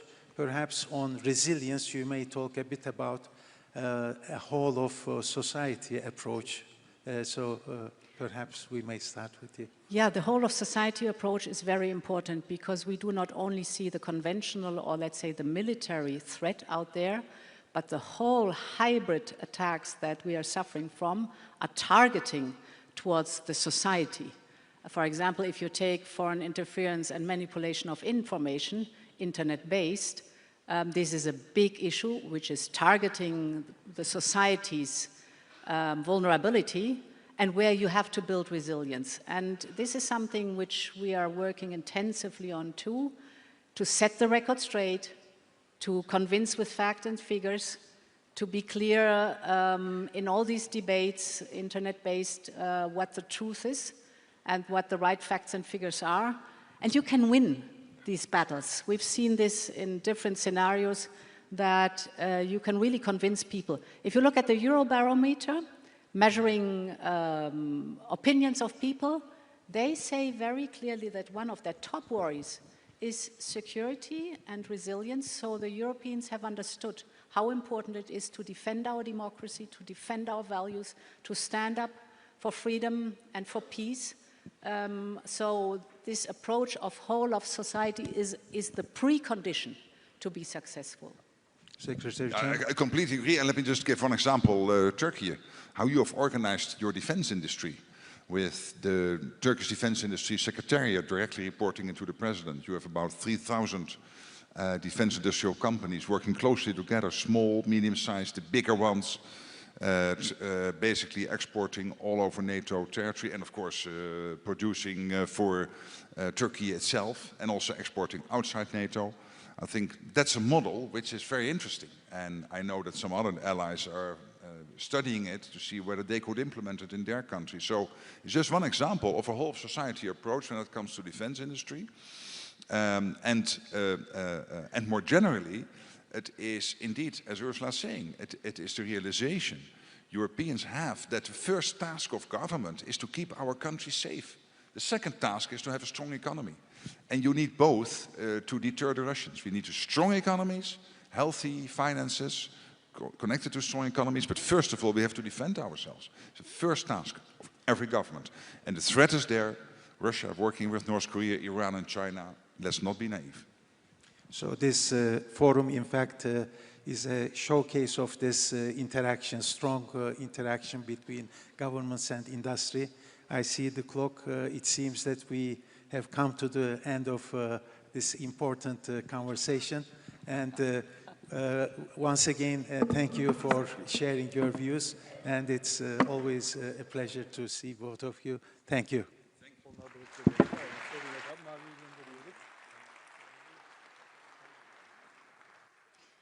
Thank you so much, Ambassador, and thank you so much to our guest, Secretary General Mark Rutte, and also President of the European Commission, Ursula von der Leyen. Thank you so much. Ladies and gentlemen, please, we have another very important guest here today with us. Please join me in giving a very warm welcome to the stage the President of Ukraine, Volodymyr Zelensky. Welcome, President Zelensky.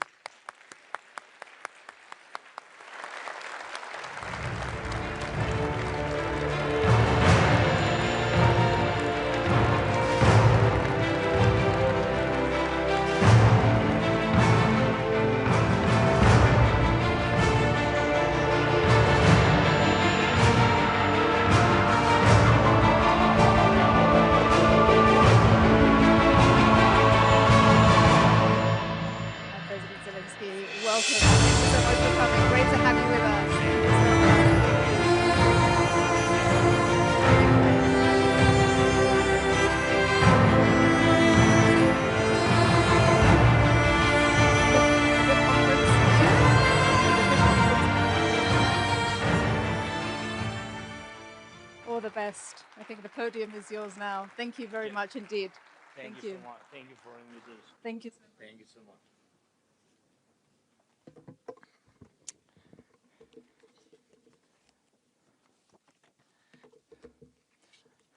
Hi.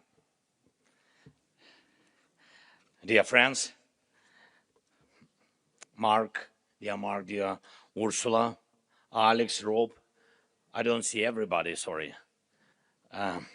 Dear friends, so thank you for your attention to us. Thank you for your attention to Ukraine, to Ukrainian defense companies, and to our defense capabilities, which have truly become among the strongest in Europe and have been proven in modern war. And what do we mean by modern war today? War has changed fundamentally.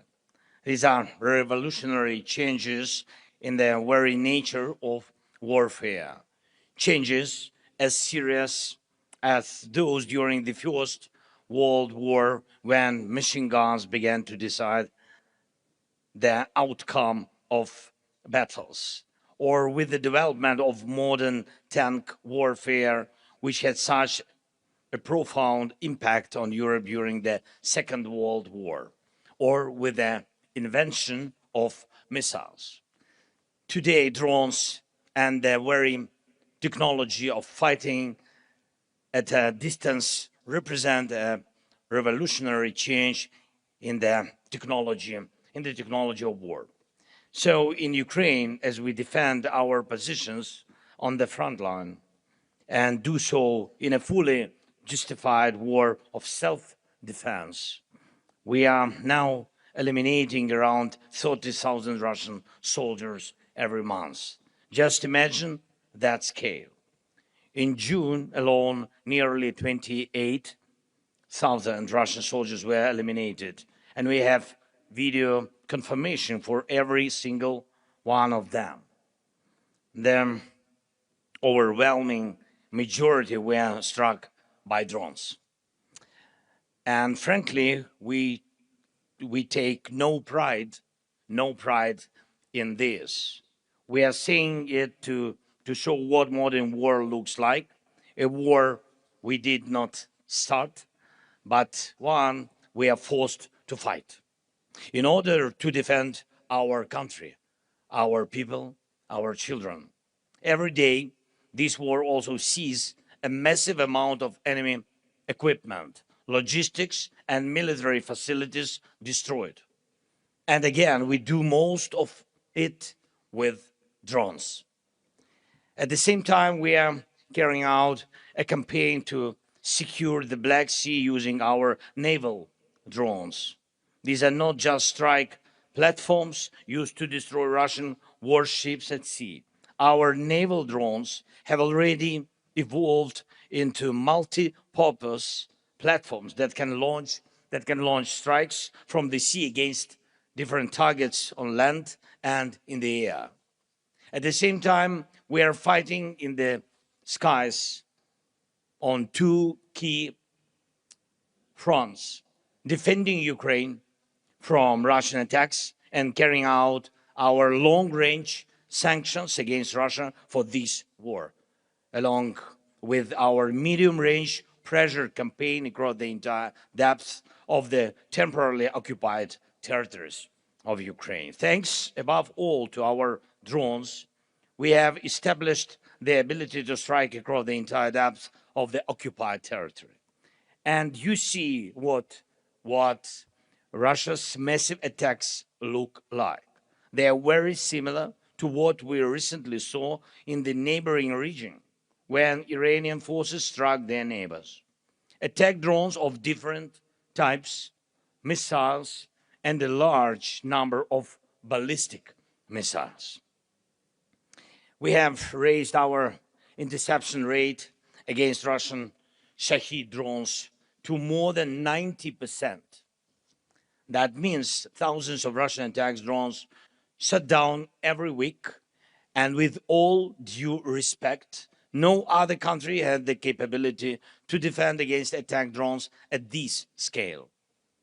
The reality of this war forced us to build it.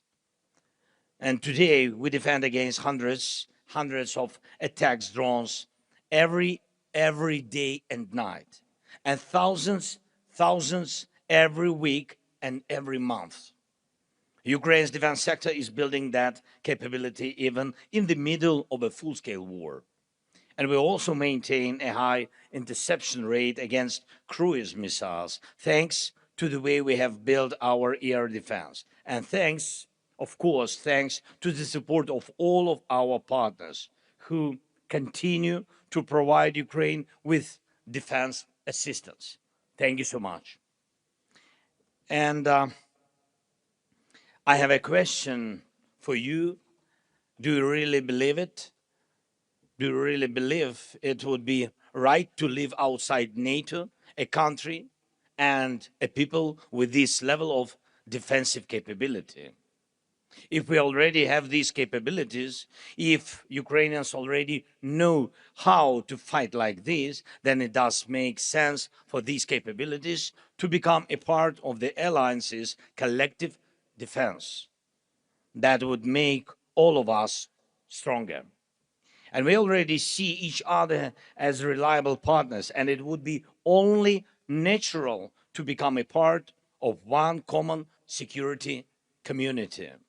The fact is that we will remain next to the source of the problem, Russia, for a long time. Ukraine in NATO is a source of extraordinary defensive capability. In the meantime, we have completely eliminated the very idea of Russia having a strategic area. And you know this country. And for a long time, Russia believed it had a territorial advantage. No one else possessed a deep area where it could safely keep military production, military equipment, and everything its war depends on, believing no one could reach them. And we have reached them. Just yesterday, Ukrainian drones broke through Russia's defenses and struck a Russian oil refinery in Siberia.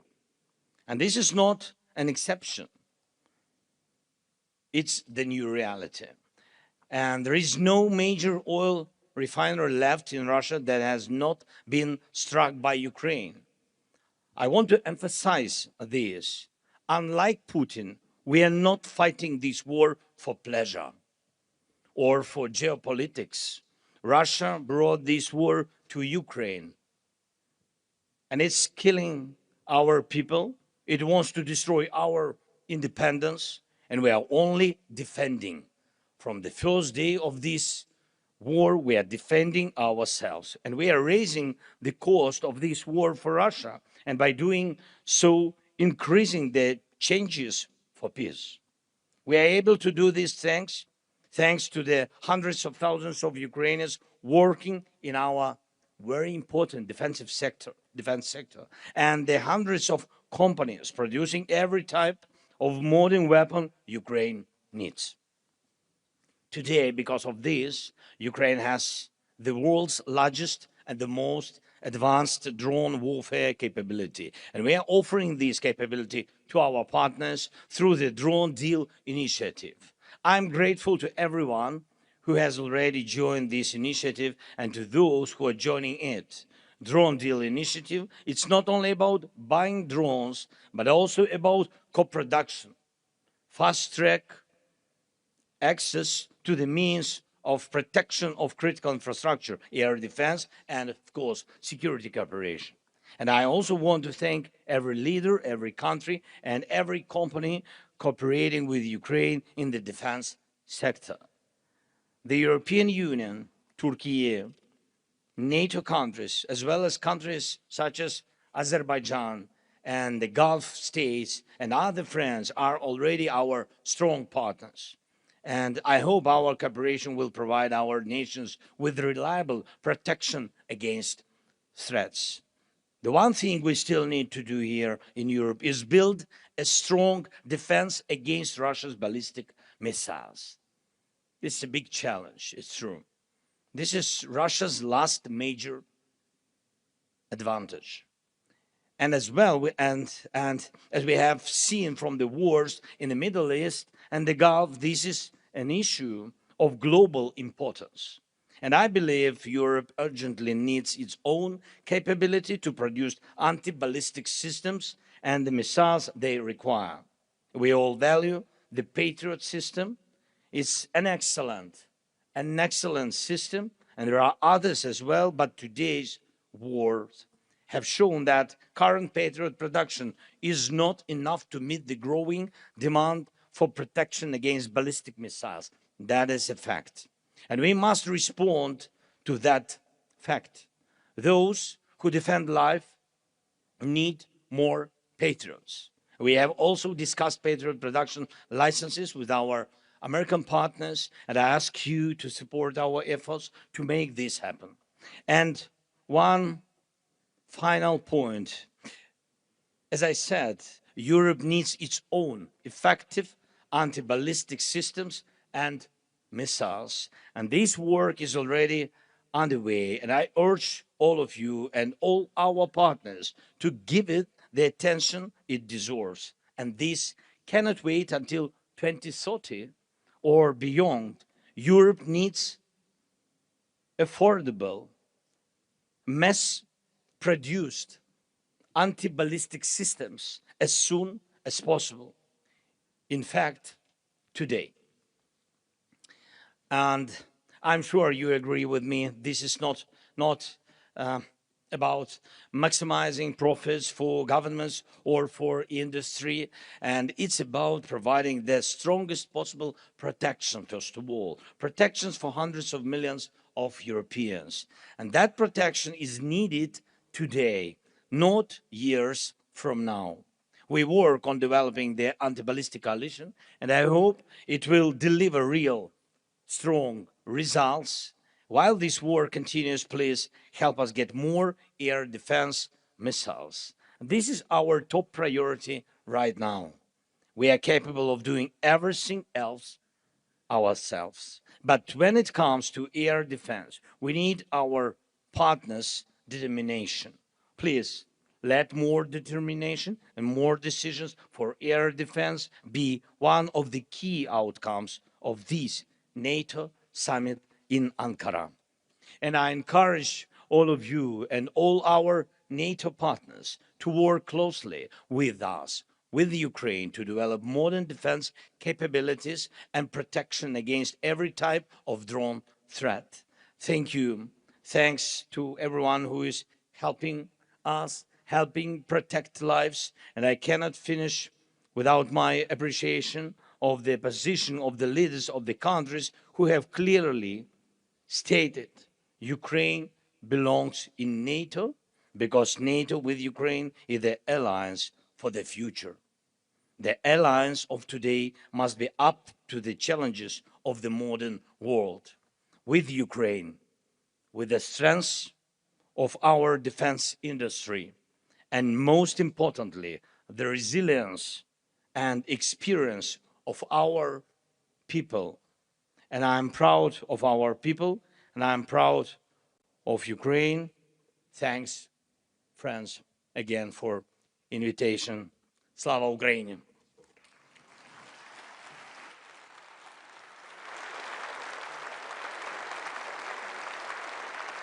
Thank you.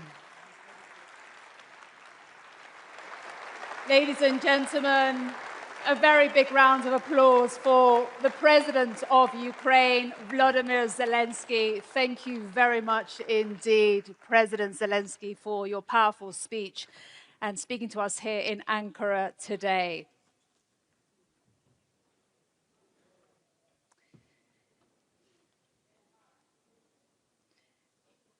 Ladies and gentlemen, we will prepare now for our next session. And in today's world, defense, industrial preparedness, that depends on a range of factors. And not every lever rests in the hands of military decision makers. Our next panel is entitled People, Plans and Products, a Whole of Society Approach to Industrial Preparedness. And this will give us a sense of this complexity and how different institutions have a role to play and play their part. And for that, I'm very pleased to announce our next moderator, and that will be Anton Laguardia, who is the diplomatic editor for The Economist, and he'll be joined by the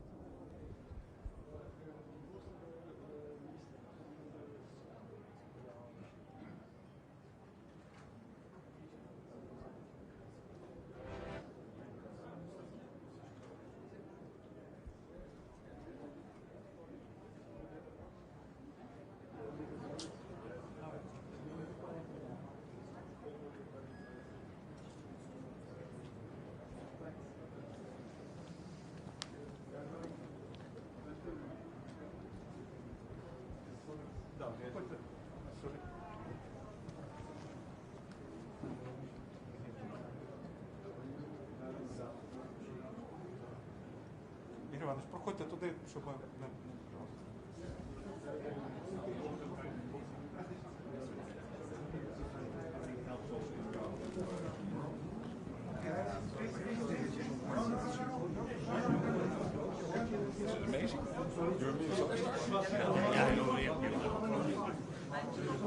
Good afternoon.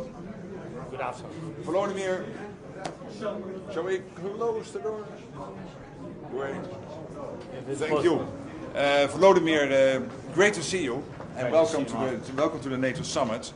What we are seeing over the last couple of months is what you guys are doing. It is really courageous. You are successful in hitting the Russian energy infrastructure, the Russian defense infrastructure, deep inside Russia. As you said in your speech, Putin is willing to sacrifice up to 30, some months even 35,000 of his own men being killed on the battlefield. Can you imagine the enormous loss this is for families and everyone. This is what the Russian president is willing to do. But militarily, it is crucial that you have these successes.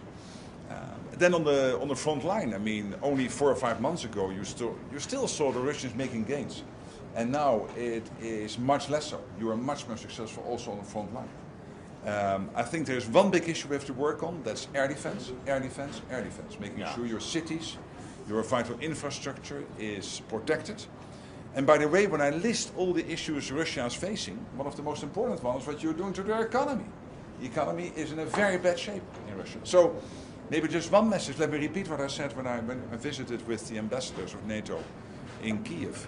If you are a young man in Russia today and you contemplate to join the military, you might be one of those 30,000. This month, next month, the months after, you know that your president in Russia, Vladimir Vladimirovich Putin, is willing to sacrifice you. So think about it again before you join the military. And again, thank you for being here and being such an incredible leader and friend. Thank you so much. Thank you, dear Mark. Thank you, you personally, and thanks to President Erdogan and for the invitation to NATO summit. Thank you for this opening forum, which is very important, Defense Industry Forum. Thank you for organization, and this is important, and I hope that our companies, not everybody, because we have hundreds of the companies, but some representatives of our sector, defense sector, will present what they do, how they do, and I think this is very important to share all this experience with partners. The second point, I agree with Mark, absolutely. We can speak about different initiatives which are important for Ukraine, Danish initiative, Czech initiative, anti-ballistic, the new initiative, but Mark is absolutely, first of all, is very helpful with the Pearl program. Thank you very much. Because of this program, we can get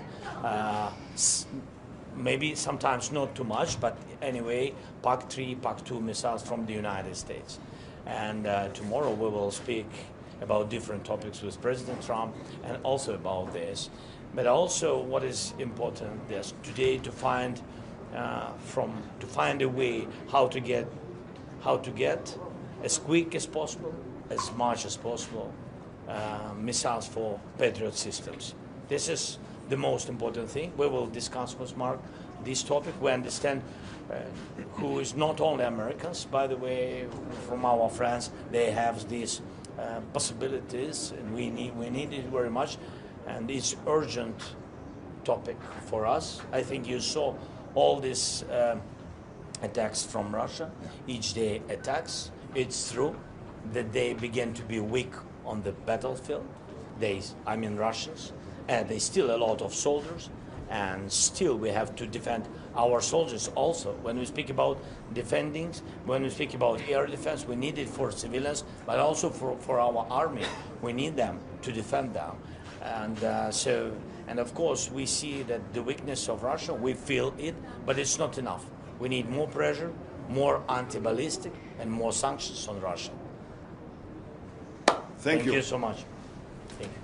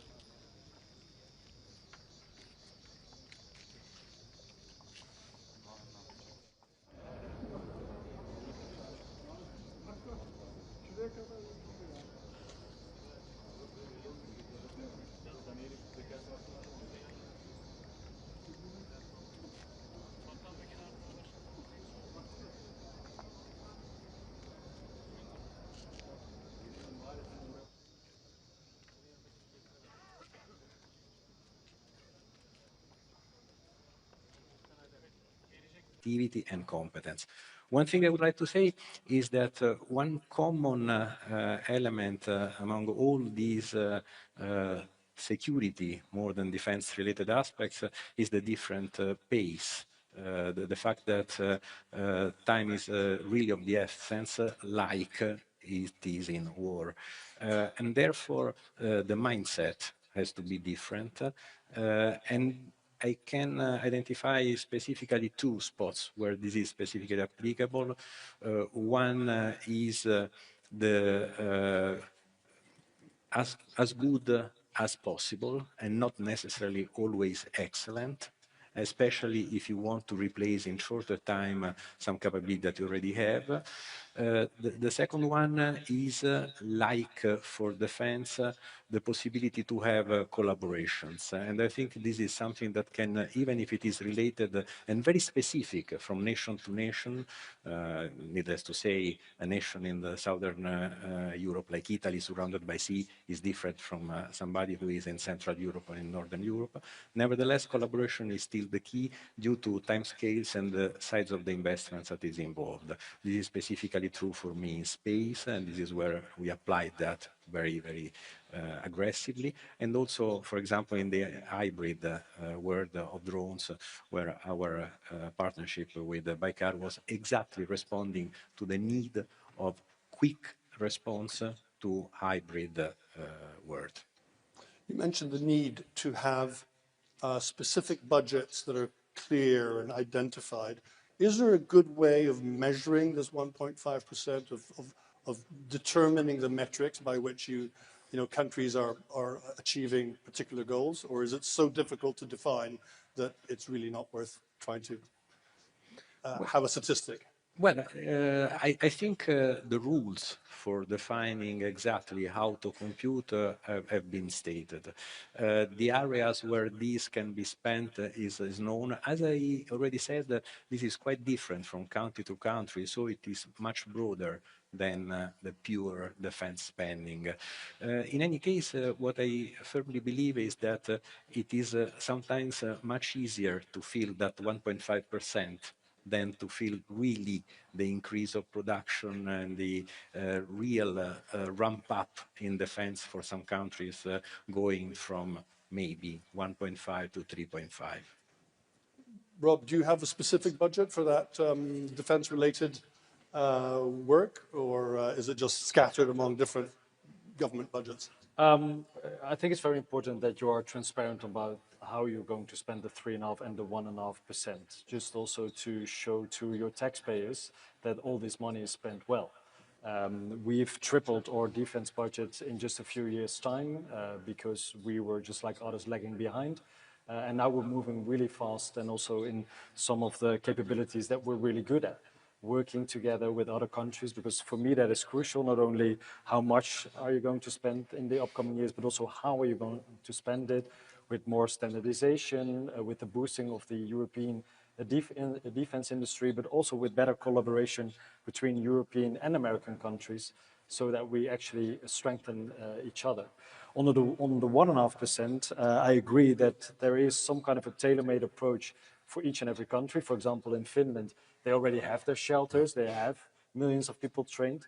In other European countries, that should be the start of resilience in the years to come. And in terms of the Dutch approach, it is mainly focused on strengthening our local and regional security cooperation. We're really good at conflict management with our local municipalities and with our provinces. But how can we boost that in terms of hybrid threats that we've been faced? For example, if you have a day or few days without electricity or without communication, how to respond, make sure that people know what to do. But for the years to come, it's mainly protecting our crucial infrastructure, because we are one of the main logistic hubs. So that is a different approach than maybe for some other European countries. Alex, you wanted to come in? Yeah, it's probably not an exact science, but 2 points on it. The first one is sometimes I feel that we are too focused on percentages rather than capabilities. And we think it's sort of an accounting exercise, where at the end of the day, it's not a real accounting exercise. My second point is on the 1.5%. There's a rule in NATO that you can only count 1.5%. So a country like Finland, when we put all of things together, like an LNG terminal, or making sure that communication between authorities is rock solid and is not able to be attacked by cyber, or if we build a railroad which takes you to place X, Y, and Z, we are actually up to 2.4%.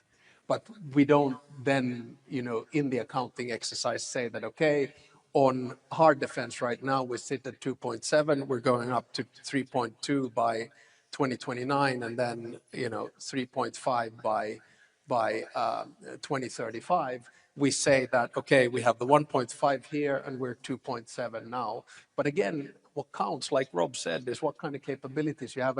And we have, I love Italy, but Italy's security situation is a little bit different and the setup is different. So that's why the way in which they account it is different. And finally, we don't have a particular budget moment for this, that you just kind of put them all together and then you present them to the alliance and the alliance is, okay, thumbs up, that's fine. Mikael, you emphasized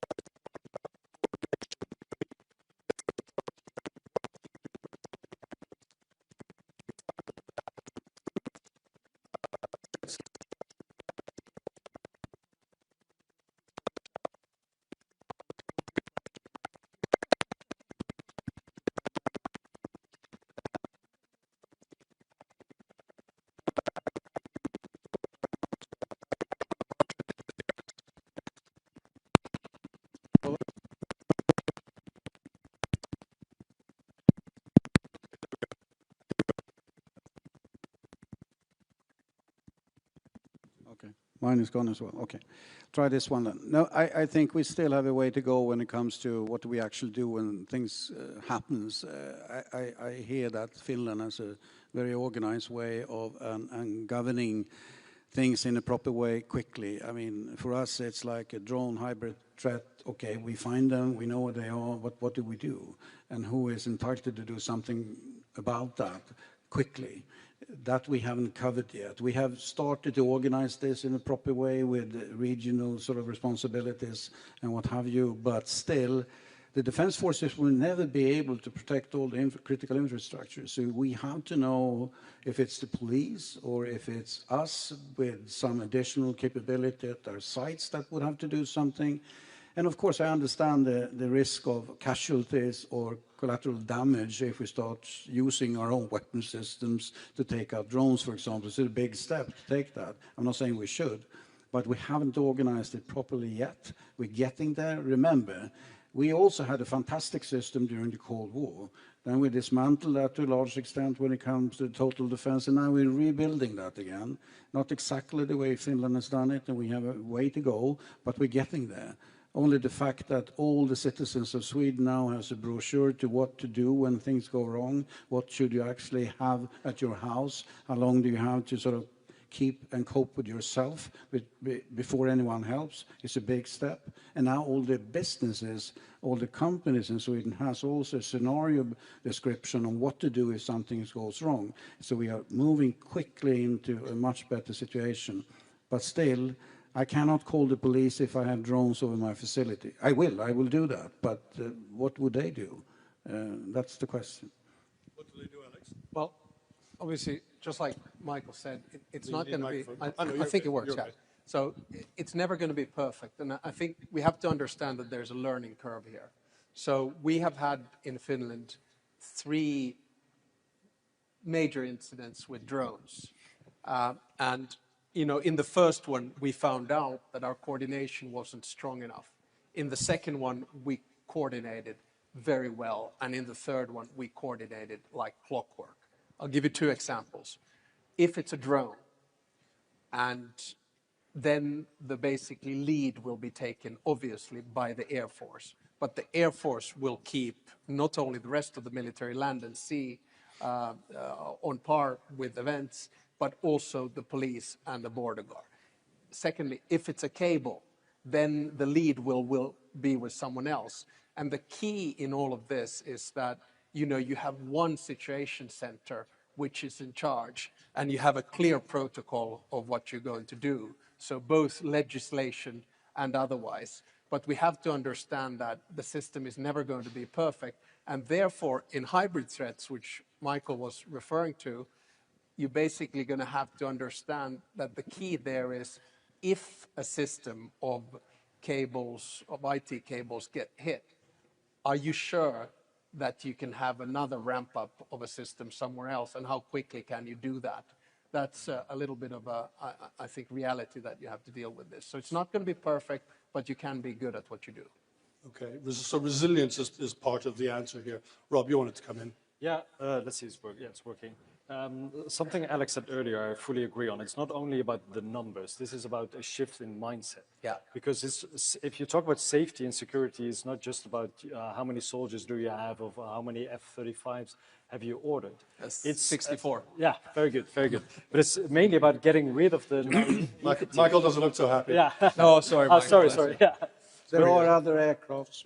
We've been very naive and very spoiled in Europe, thinking that we are just secure and nothing's going to happen to our continent. And we've seen several wars on our continent and outside our continent, but also the threat of being, you know, with the Strait of Hormuz. Earlier we had the gas crisis. Now we're over-dependent on technologies or medication coming from China.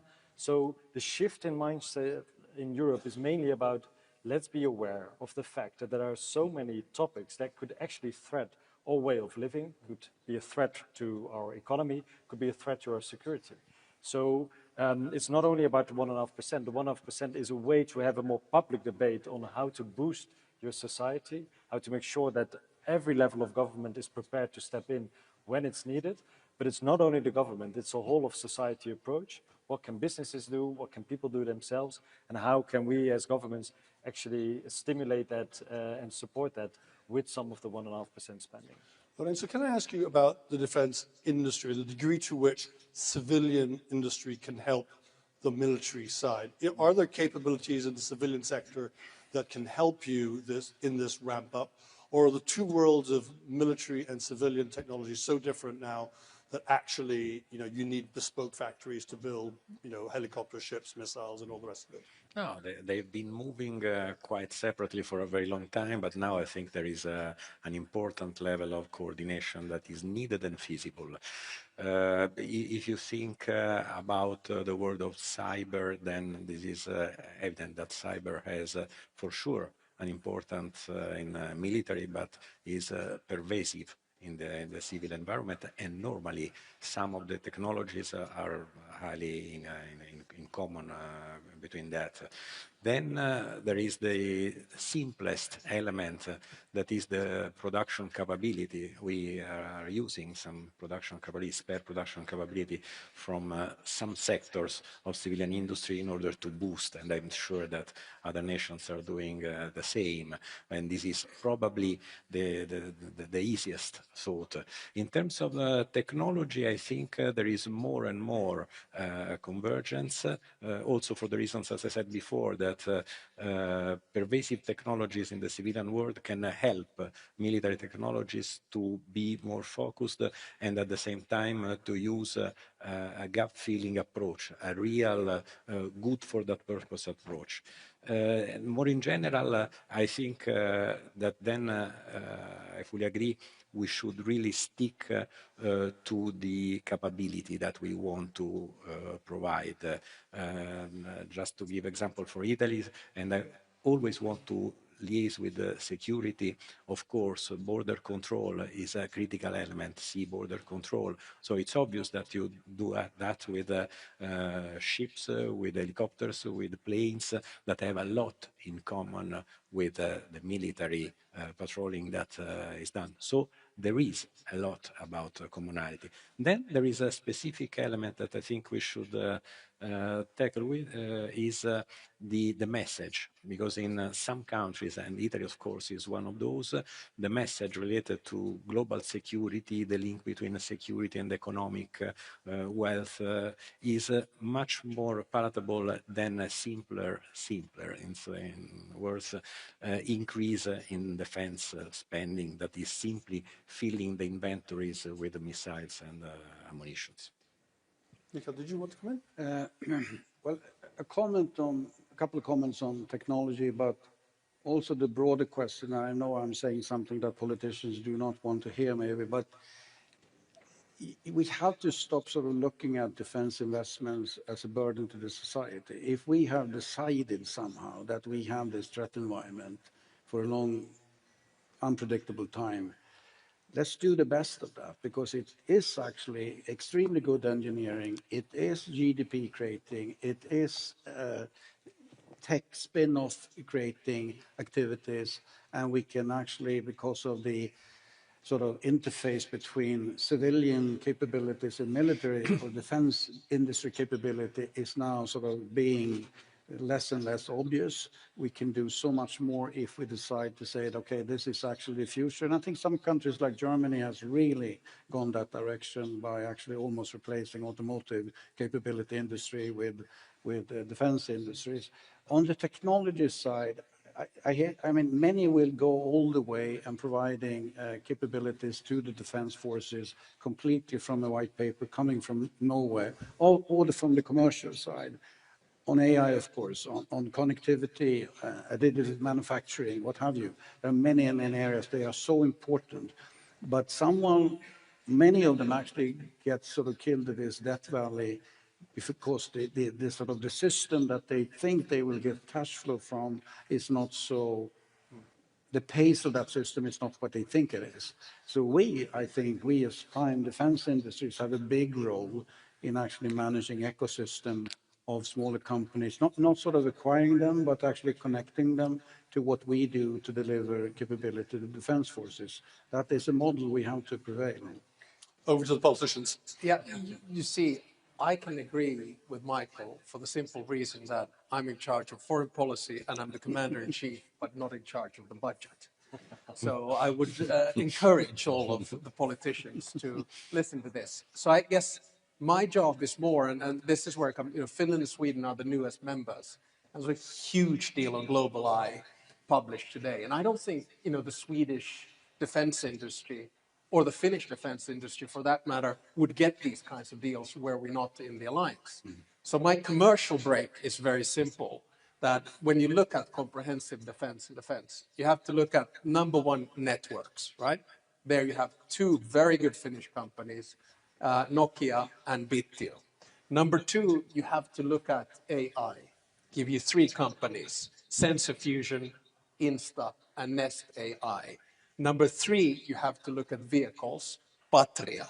Number 4, you have to look at ammo and explosive, Forsit and Nammo. And then number 5, you have to look at space.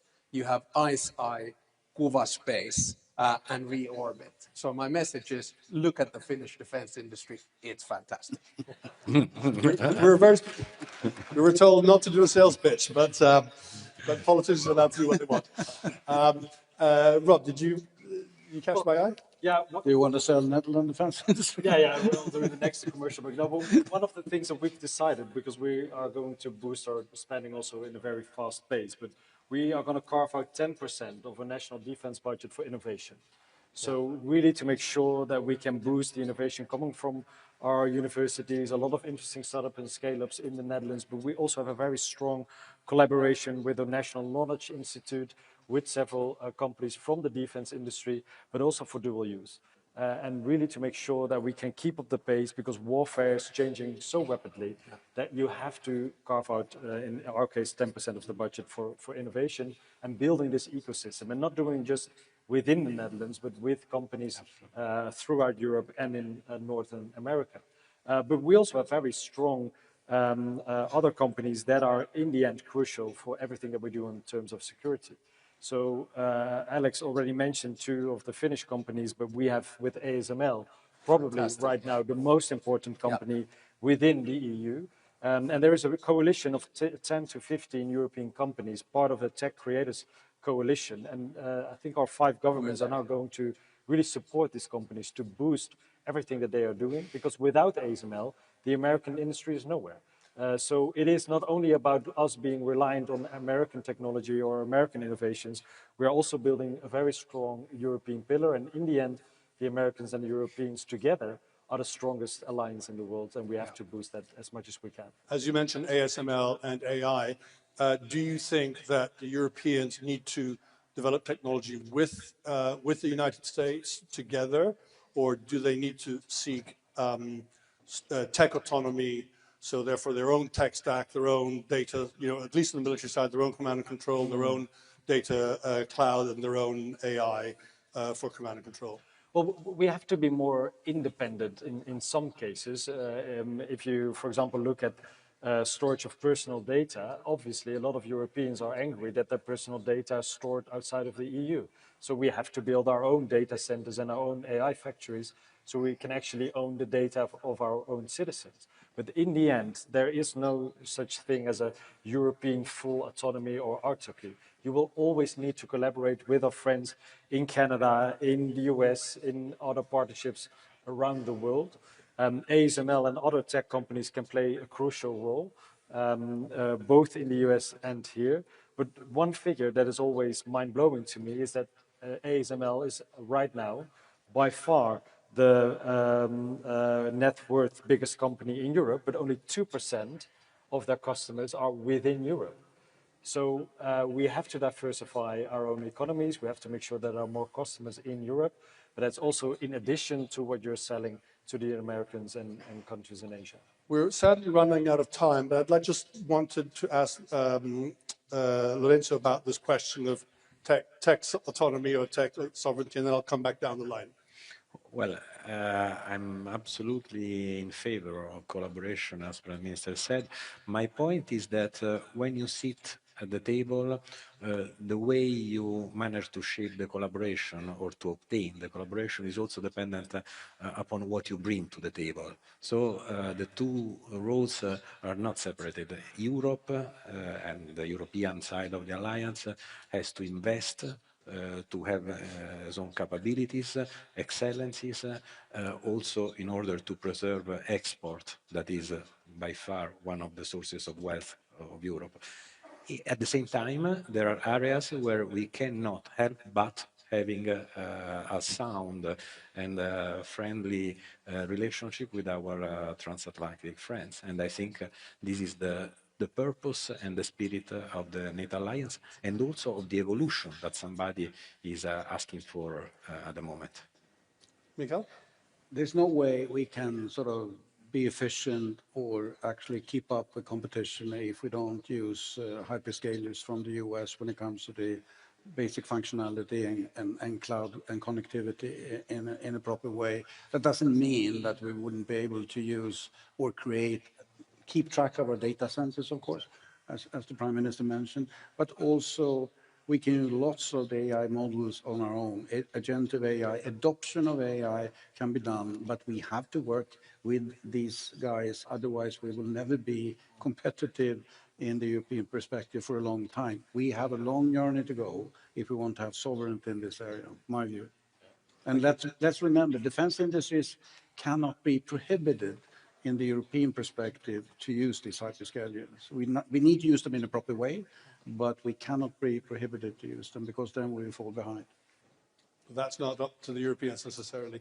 Alex? I think the question is too big to answer here, but I'll bring it back to where we started from on comprehensive security. We have a whole bunch of patriotic CEOs, and I think we need a lot of patriotic European CEOs, because what we're starting to see, especially in the frontier technology on artificial intelligence in the US, this sort of tension between the big tech players and the US government. And I think we have more companies that are willing to work for the good of Europe. But it would be a fallacy to think that we can somehow detach ourselves from American technology. What we need to do is to strengthen ourselves in quantum, because that is what is going to provide AI and AGI in the long run. We need to be strong on data centers, whether we like it or not. And I think there's a lot more negativity about the implications of AI in the US than what there is in Europe. So just like in security, don't think that it's a binary question, US or Europe. Same thing in technology. It's not binary, US or Europe. We're going to have to work together on this. And I think we're all learning as we're going along. I think the next stage is actually going to be to have some kind of global AI authority, and we're starting to see that bubbling up, and Europe can be quite good in that game as well. Well, that will be a subject for next year's NDIF. Thank you very much to my panel. Please join me in giving a round of applause. We've had many more questions that we could ask, but we've run out of time. Thank you.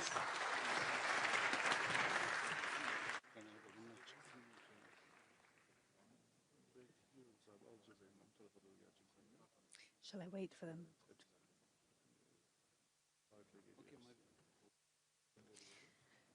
Ladies and gentlemen, please join me once again in thanking our moderator and our panelists. Thank you very much indeed. All right, we continue to our next panel. And as I said before, our last panel, that military leaders don't hold all the levers, but they do still hold quite a few. And the defense industry delivers many of those levers or capabilities for our armed forces. And production, speed, stockpile depth, resilience, plus interoperability and sustainment all affect whether NATO can deter, defend, and also prevail in a contested environment. Our next session, Industry as a Military Variable, an alliance ready for tomorrow's battlefield, will cover all of these issues. Moderating our session, we have Natalie Tocci, James Anderson, Professor of Practice at Johns Hopkins University SAIS and Senior Fellow at the Institute for European Policymaking at Bocconi University. And to guide us with their best military advice, the Chair of the NATO Military Committee, Admiral Giuseppe Cavo Dragone, and the Supreme Allied Commander Europe, General Alexis Grinkovich, and the Supreme Allied Commander for Transformational, Admiral Pierre Vandier. Welcome to you all. Ladies and gentlemen, a round of applause for this panel. Thank you.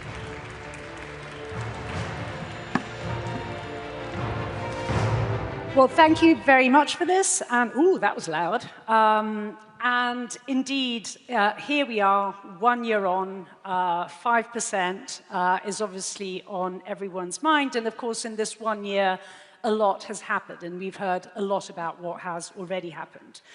Spending is up, investments are rising. However, the challenge doesn't stop here. It is quite clear that the task at hand is really one of transforming money and investments in real military power. And so the key question, which we need to address now is really how to ensure that industry delivers, and it delivers the necessary capacity at scale, at speed, and through constant innovation, while all at the same time remaining united, given that consensus is the name of the game in NATO. And how to ensure that what we produce is actually interoperable, that it is resilient, that it is sustainable. Because indeed, only if all of these conditions are met will deterrence and defense actually be capable. So let us jump straight into this question of military power. And we have, of course, an absolutely stellar panel here who have all of the answers. And let me begin, General Grinkovich, with you, to really give us the lay of the land as far as what the security environment is concerned. What are the threats that we face? What are the operational needs that emerge from these threats? And therefore, what, on the one hand, should citizens have in mind, but also, on the other, what does industry need to deliver? Sure. Well, thanks for the question, and a pleasure to be here with you all today.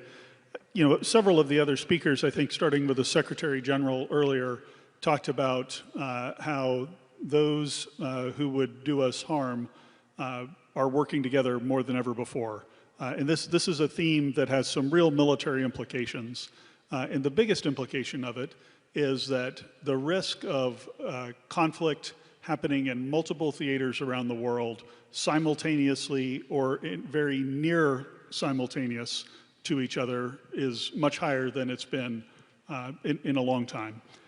And that will put a tremendous strain on our ability to deliver military effects given the capacity that we have in our inventories. And this is where industry becomes extremely important in order to build that capacity so that we can deliver those effects. We want to deliver them rapidly so we can quickly bring the enemy to culmination. The challenge when you have simultaneous conflicts and strained inventories of munitions is you increase the potential for the conflicts to protract, to become much longer. And so this is a real key for industry. If we can build our industrial capacity across a whole range of higher-end, more exquisite systems to affordable mass-type systems, we increase our ability to quickly bring a conflict to the close and hopefully deter it from even happening in the first place. Well, indeed, we, you know, Saker there really put his finger on this question of simultaneity, which I think is a story indeed of simultaneity of different conflicts happening at the same time, and simultaneity in terms of, therefore, different capacities that we need to develop at the same time. But while we need to develop at scale both the exquisite capacity and mass production, we also need to think ahead. And thinking ahead, Admiral Vandier, I'm sorry, absolutely, I mean, that was really a faux pas. The question really is, indeed, you know, what are the capacities that NATO needs to think about when thinking about its tomorrow? What are the areas that, indeed, the greatest attention needs to be paid to? If we look at the Ukrainian war, it's now longer than the World War I. And what happened during World War I? In fact, all the war fighting changed. The aircraft was a toy at the beginning of the war, and we had air combat at the end. The tank didn't exist in the war. It was the first tank assaults at the end of the war. Same for the submarine. We see exactly the same effects of the protracted war in Ukraine, where the two opponents adapt themselves, and we've seen a strong adaptation from Ukraine, which is a digital nation. And today they are doing things ahead of a lot of nations in space, in robots, in AI. And they mass produce drones. They will produce 9 million drones this year. We've seen in the Gulf with Epic Fury that same tendency, the extensive use of AI and space intel to shorten the engagement loop. We've seen a lot of drones on both sides. And so this is to take in action today, to bring that in the planning, to bring the force structures. We know, for example, that a tank battalion would not survive without counter-drones today. That finding the targets will request some risky drones, cheap and massive, numbers. So it's really what we have to implement today in our forces. Admiral Cavodragone, you have, as chairman of the military committee, the tough job of keeping it all together. Consensus is really your task, and of course it's a task that is a daily task. It is not simply something that is done in key moments such as this. So give us a sense of, indeed, how to ensure that that consensus is actually built and that it delivers, and so as to ensure that the 5% goal that we are moving towards is actually reached and does not go to waste.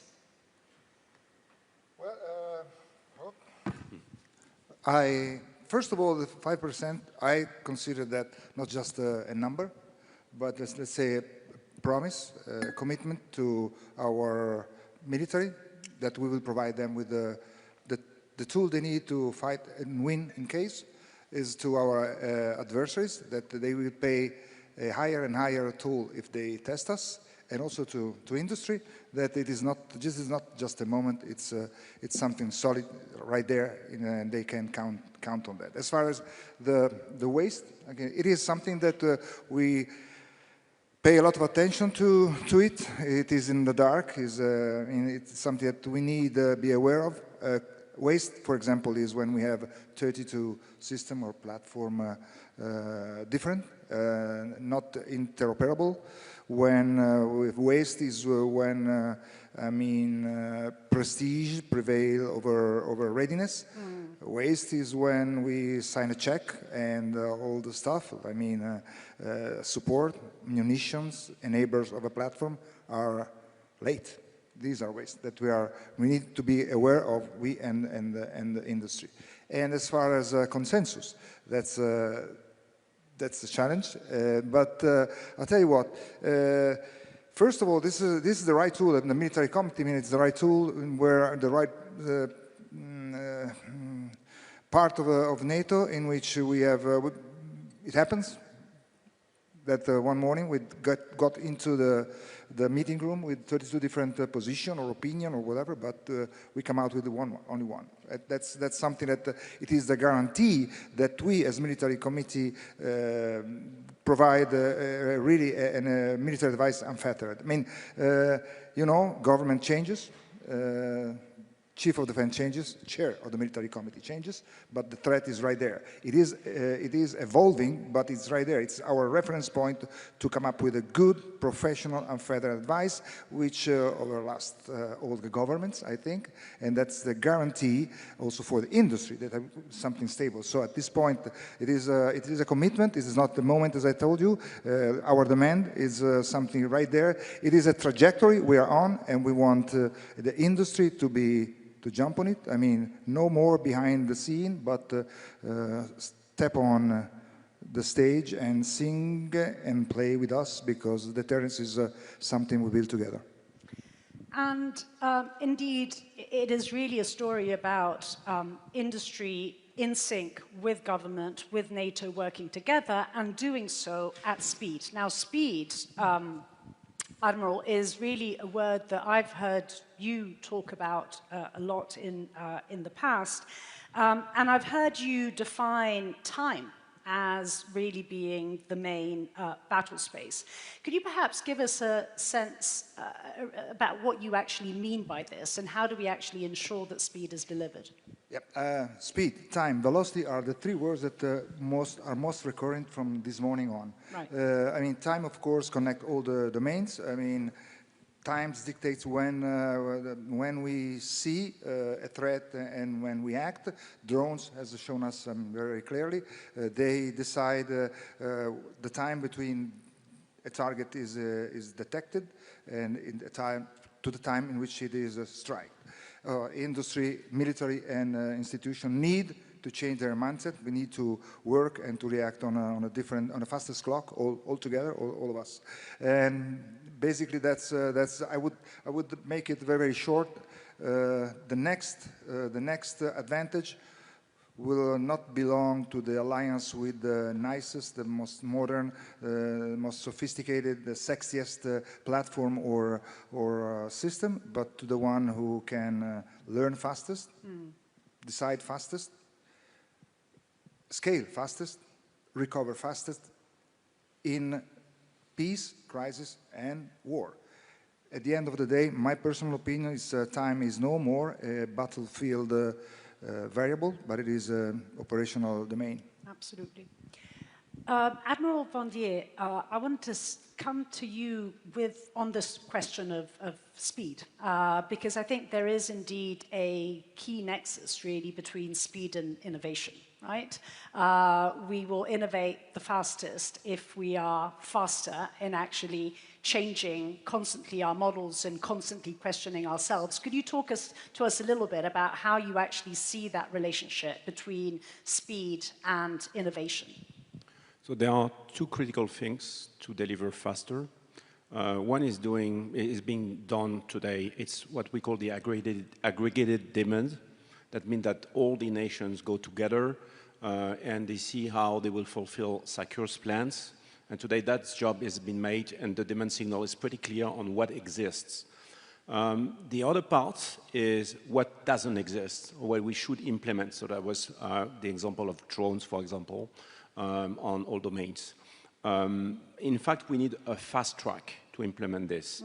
If we just apply what we've done before, that means that it's 3 years to define the needs, then to define the requirements, then to go to contracts, and then to deliver. That makes roughly a 6 to 7 years cycle, which is the obsolescence of the technology we're speaking about. New LLMs, they go, you have a new one each 4 months. The updates of the drones, it's a weekly update. Yeah. So if we are not able to have contracts that are at that pace, in fact, we will have a technological debt. Yeah. And I think today, we have pretty the same contracting process for an aircraft carrier and for our software. We need to have a fast track. This is essential. General Brinkovic, without obviously scaring us too much, but could you give us perhaps a more granular sense of exactly what are the military risks if we don't do all of this? Yeah, so if you think about the ready forces that we're building across the alliance, no doubt in my mind that allies are spending to their Hague Summit commitments. They're going to get the tanks and airplanes and ships, those long lead items that we need, into their inventories in line with their capability targets. And some will meet them quicker than others, but we'll get there. The thing that you need now is the depth of munitions and the replacement capability for those in the event of attrition on the battlefield. And so, you know, where you might have used to thought of, you send a fighter squadron or you send an infantry brigade into battle, that they go with 30 days of supply. And if you build that 30 days of supply, you're really good to go. And that's all you need to think about. What we really need to develop is the back end of that industrial base that can sustain that fight over a longer period of time. So it becomes as much about building the capability as building the ecosystem that can sustain the fight. And that ecosystem can't just be static. As Admiral Vandier mentioned, the development and innovation cycles are running at faster and faster rates. And so as we resupply our forces that are on the front lines, as we replace the things that have been attrited in combat, we want those to be more modern, more adapted to whatever changes we're going to see on the battlefield. This, to me, is one of the real lessons from the conflict in Ukraine, from the conflicts in the Middle East, is that you have to build a very tight relationship between the militaries and the industrial base, so you have really rapid discussions about what it is that the battlefield requirements are on the front line, and then industry can talk about what they can deliver, and in that tight loop, deliver much more quickly. You know, someone this morning talked about the general's opinions on what they might need isn't as important as someone on the front line. I absolutely agree. The fingertip feel for what's needed is going to come from the front line, and we've got to figure out how to make those connections at the right echelons. Yeah. Admiral Capodragone, in a sense, a related question that comes from the floor. What is, you feel, the military problem that is actually most critical for industry to address for NATO? I think that what we should be aware of is that, I mean, we have more money available. Yeah. We have more money on the table. So again, we have to, to transform money in capabilities or effect on the battlefield. We cannot just wave money in face of the enemy because it's not gonna work. But the thing is that temptation or something that could happen is that with more money, there should be the tendency that we need to intercept at the earliest to more fragmentation. So the temptation should be there. And I think this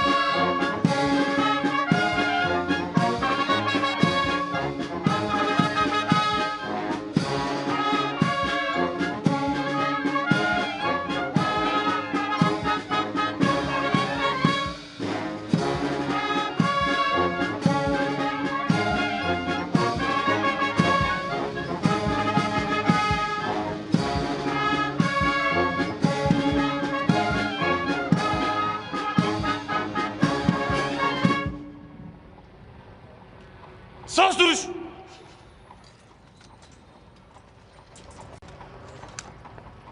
Döner at.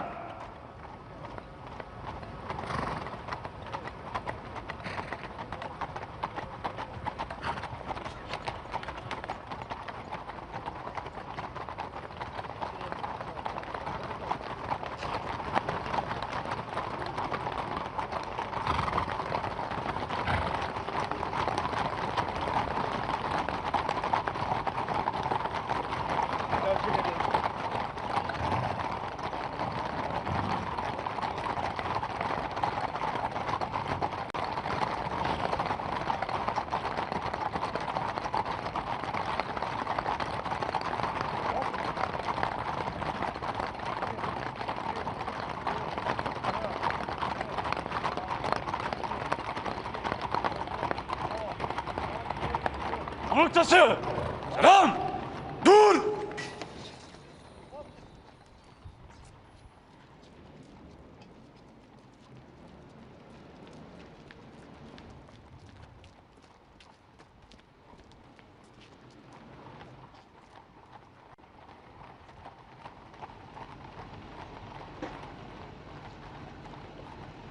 Dikkat.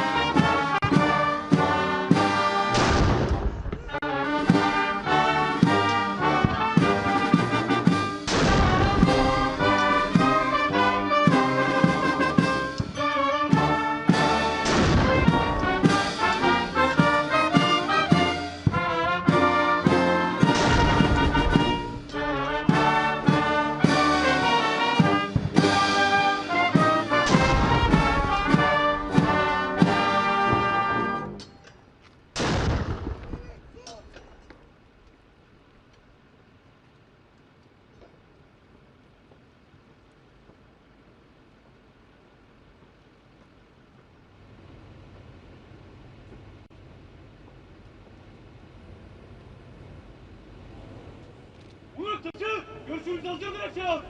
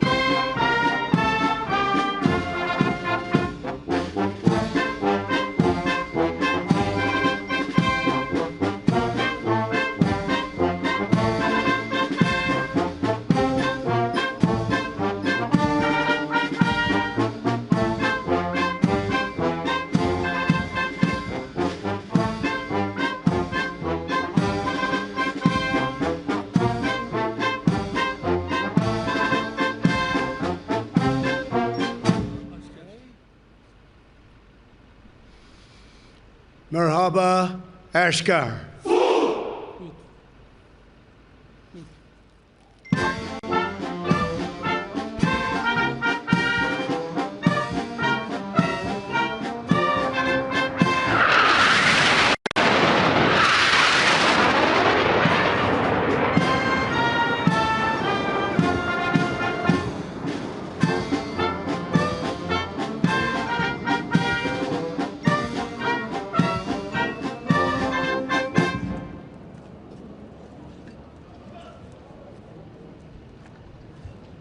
Görev bitmiş direksiyon. Dur!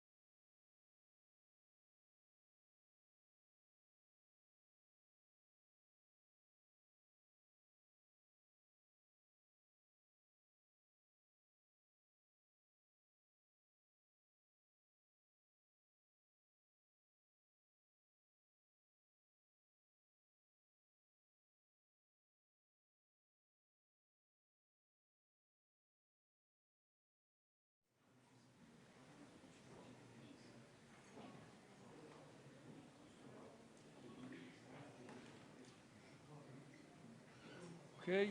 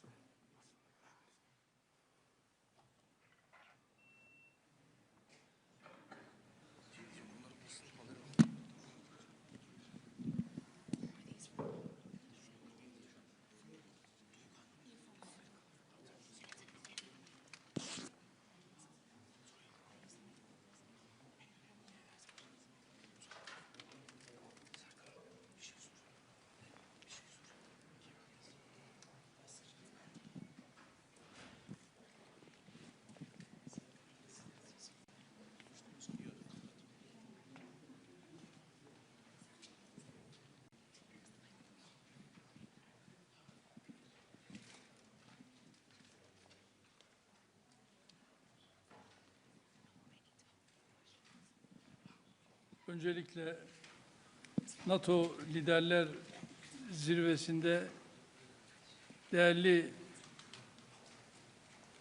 dostumla Ankara'da bir arada olmak bizlere ayrı bir güç katmıştır. Kendilerine hoş geldiniz diyorum. First here, on the occasion of the NATO summit, I would like to welcome my valuable friend, Mr. President Trump, who has participated here today with us and added strength to the summit that we are convening for. Ve bu ziyaretin ne kadar önemli olduğunu özellikle ifade etmek istiyorum. And I would like to express how important this summit is that we are here gathering for. NATO Liderler Zirvesi'nin bugün Ankara'da yapılıyor olması ve tüm liderlerin şu anda ülkemizde bir araya gelmesi, yarın değerli dostum Sayın Trump'la birlikte olması bizlere ayrı bir güç katacaktır. The fact that we are convening here today for the NATO Ankara summit and that all the leaders are arriving and have with the presence of President Trump, which will be adding might and strength to our summit. Kendilerine tekrar hoş geldiniz diyorum. Once again, I would like to say welcome, Mr. President. Well, I want to thank you very much. As everybody knows, it's been very much reported. We are great friends. The president has done an incredible job just landing at the airport, to see such a beautiful airport and to have a building named after me. I was very happy about that. That was very nice. The airport is absolutely beautiful. The roads coming in were brand new and beautiful, and you've been a great leader and a respected leader all over the world, and we really do. We've had right from the beginning good chemistry. We've had a very special relationship. Turkey has become, under the president, a very powerful country militarily. People don't know how powerful, actually. They have a lot of our equipment, and they have a lot of great soldiers, and they're really somebody to be reckoned with. And the nice part is that because of the relationship that we have, it's all gone very well. I just want to say that I have a lot of respect for the president, and I think it's really to the benefit of both countries. We're going to be talking today about trade. We're going to be talking about other things having to do with the military, lots of different things. Probably we'll mention Iran, where we have essentially decimated their military. They cannot have a nuclear weapon. And we're going to have some very good discussions. But we do a lot of trade with Turkey. We make great things, and they make great things. And we've had a very, very It's had a very big impact on both of our countries. So I just want to tell you that it's an honor to be with you, and we're going to have a lot of good meetings. We're going to have good dinners, good food. We're going to have a good time, but mostly we're going to have a lot of work, and we're going to do good things for our countries. Thank you very much, Mr. President. Thank you. Sayın Cumhurbaşkanım, havama kadar geldiniz. Çok teşekkür ediyoruz o yüzden. Çok uzun süren bir dostluğumuz var biliyorsunuz. Son derece saygı duyduğum, yakın bulduğum bir insansınız. Buradaki buluşmalarımızda, görüşmelerimizde 3 konudan bahsedeceğiz. Askeri, ticari ve bir de İran konusundan bahsedeceğiz. Gerçekten çok güçlüsünüz. Çok güçlü askeri ve silah sanayi açısından çok güçlü bir yerdesiniz şu anda. Dolayısıyla teşekkür ediyorum ve çok iyi bir vakit geçirdiğinize inanıyorum. Thank you. Very much. Okay. Mr. President, are you going to sell F-35s to Turkey, and what about the legal restrictions? Well, it's a decision we're going to make.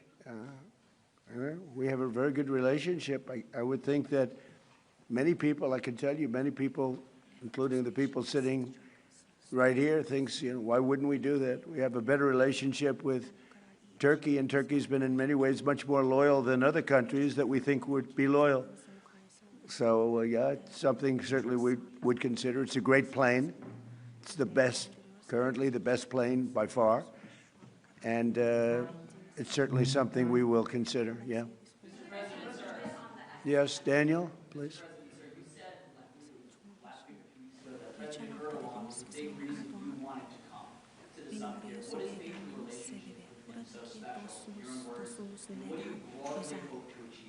You never know why a relationship is special. Some people you get along with, and some people you don't. Sometimes you get along with the toughest people, like him, and sometimes you don't get along with the weakest, most pathetic people. You just don't get along. Maybe you don't respect them, but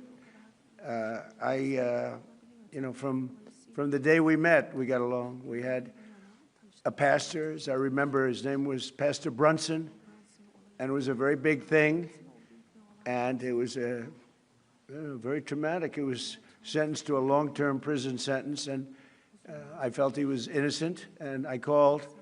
Other people called. They got nowhere. I called the president, and he released him immediately. It was something that the evangelical community will never forget, and because he was a good man, Pastor Brunson. So, just things like that, we just it's always worked out. And I think it's been from the very beginning, from the first moment. There's just, I said it before, it's a chemistry that works between us. There are those that I don't have a good chemistry with, I will tell you that. And we work that out too.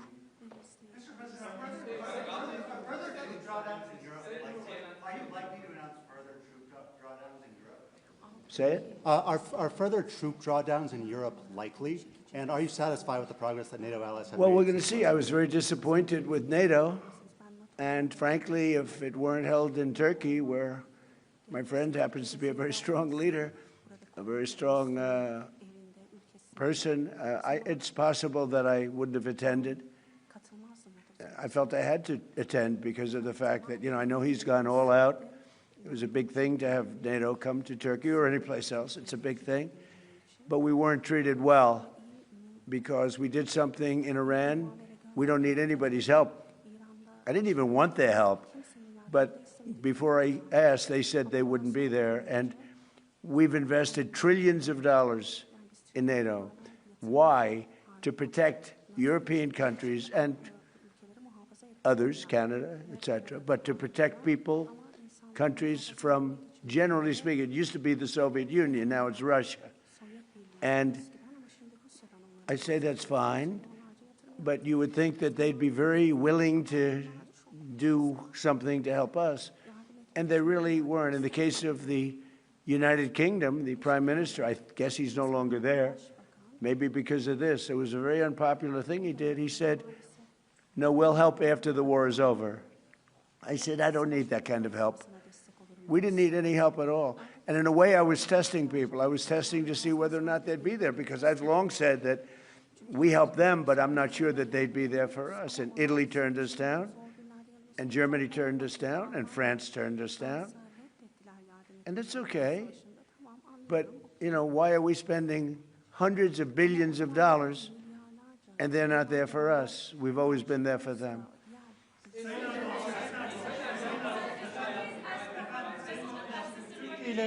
Türkiye ile Suriye arasında Türkiye'de efendim İran'daki savaşın sona erdirilmesi için oldukça çaba sarf ettiniz. Müzakere süreci devam ediyor ancak nihai bir anlaşma noktasına gelinmiş değil. Bundan sonraki süreçte Türkiye nasıl adımlar atacak İran ve ABD arasındaki müzakere sürecinin olumlu bir şekilde neticelenmesi için? Bu süreçte yine aynı şekilde bizler İran-Amerika ilişkilerini nasıl bir düzleme kavuştururuz? Onun gayreti içerisindeyiz. Elimizden geleni yapmak suretiyle dünya barışına bir adım atalım diye gerek şahsım, gerek arkadaşlarım hep birlikte çalışacağız. Ben sizlere 80 bine yakın insan hayatını kaybetti Gazze'de. Çok büyük de bir yıkım var. Ateşkes sağlandı ama yer yer bu ihlaller devam ediyor. Ateşkes ihlallerinin önlenmesi için, insani yardımların Gazze'ye girebilmesi için, ayrıca Gazze'nin yeniden inşa edilebilmesi için önümüzdeki süreçte ortak atabileceğiniz adımları değerlendirecek misiniz muhatabınızla? Müsaade buyururlarsa kendisinin de bu konudaki fikirlerini almak isteriz. Teşekkür ederiz efendim. Özellikle Gazze konusunda tabii değerli dostumla bunları da konuşarak özellikle bu bölgedeki barışı sağlama için bu liderler zirvesini çok önemsiyoruz ve bu liderler zirvesinden aynı şekilde bir kararın çıkmasını da hayra yorumluyoruz ve bunun olabileceğine de ben ihtimal veriyorum. efendim Türkiye-ABD ilişkilerinin geliştiği bir dönemi gözlemliyoruz. 2025 yılında geçen yıl Amerika Birleşik Devletleri'ne yaptığınız ziyarette önemli ticari anlaşmalar da imzalandı. Suriye konusunda Türkiye'nin önemli bir aktör olduğunu söylemişti Sayın ABD Başkanı. Şimdi yeni dönemde gelmeden önce de Sayın Trump bir sürprizle geliyorum ifadesini kullandı. F-35'i, Kaan savaş uçaklarının motorlarını konuştuk. Acaba gündeme gelebilir mi şeklinde. Siz bu sürprizin ne olduğunu düşünüyorsunuz? Türkiye bugünkü görüşmelerden sonra istediğini alabilecek mi? Teşekkür ederim. Tabii F-35 konusu biliyorsunuz bizim için yeni bir konu değil. Ve bunu bizler Amerika ile daha önce de görüştük. Ve biz 5 uçağı da sözünü aldık ve Sayın Trump'ın bu konuda bize ayrıca sözü var ve şimdi de bu liderler zirvesinde yapacağımız görüşmelerde F-35 ile ilgili kendilerinden bu daha önce aldığımız sözün ben geleceğe yönelik olumlu şekilde test ettiğimizi biliyorum ve bu konuda da Sayın Trump her zaman sözünün arkasındadır. Burada yine inşallah F-35 konusunda bu liderler zirvesinden hayırlı bir karar çıkacağına inanıyorum.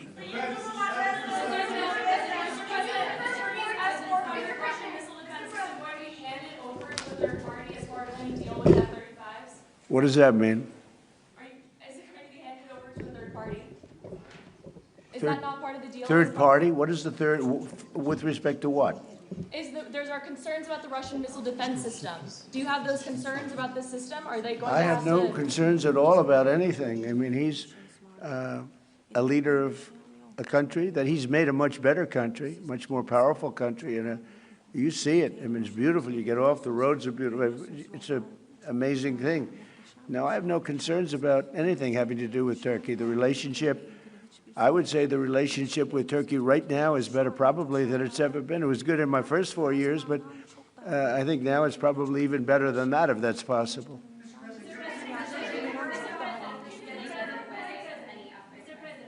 Sir, U.S. military and Turkish military constitute a really strong and large military base for NATO. Are we expecting further defense cooperation out of this bilateral meeting, out of this NATO summit here in Ankara? Well, we're going to find out when I go there. We're going to find out. We're going to be having meetings. I'm very friendly with many of the leaders. You know, some of them are new. We don't know them. But, you know, I've been doing this for now sort of a long time. If you count the 4 years where we had a rigged election, you know, I was very much into politics then, too. But I spent the first 4 years. I spent 4 years in a little different state. And then we've had an amazing, probably the best year maybe ever had by an American president. When you look at the economy, we have the greatest economy we've ever had. We have $19 trillion, $19.2 trillion to be exact, being invested in the United States. That's 7 or 8 times more than it's ever had. It's a world record, not just a U.S. record.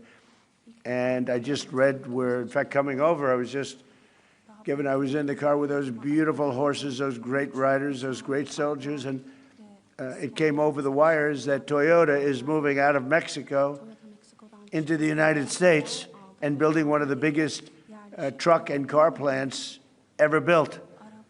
It's amazing. That's what tariffs do, if properly used. And so we've never had a more exceptional economy or potential economy. There's never been anything like it. Under the last administration, they did much less than $1 trillion of investment coming in. And we're at $19.2 trillion in actually the first 12 months, because that's where it's, you know, really, so we're there a year and a half, so that number is now substantially higher. But 19.2 trillion, Scott, for a period of 12 months. Nobody's ever seen anything like that. So we have by far the greatest economy. We have more jobs right now in the United States than ever before. And we have a great relationship with some countries on trade, and Turkey happens to be one of them. Sayın Cumhurbaşkanım, siz her fırsatta dünya 5'ten büyüktür, daha adil bir dünya mümkün tutuyorsunuz. Bugün konuğumuz Sayın Trump, ABD Başkanı, onun da zaman zaman küresel sistemin mevcut durumuna ilişkin eleştirilerini biliyoruz. NATO'nun 2 en büyük askeri gücü olarak bu noktada, bu eleştiriler doğrultusunda ortak bir adım, ortak bir girişimde bulunması önümüzdeki süreçte söz konusu olabilir mi?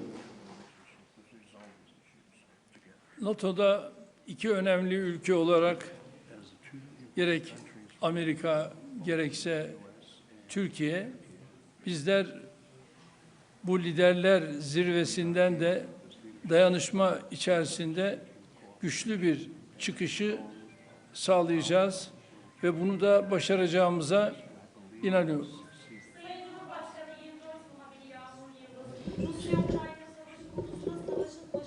Bu yana arabuluculuk tesis ettiğiniz, 2 ülkenin Dışişleri Bakanlarını Antalya Diplomasi Forumu'nda bir araya getirdiniz.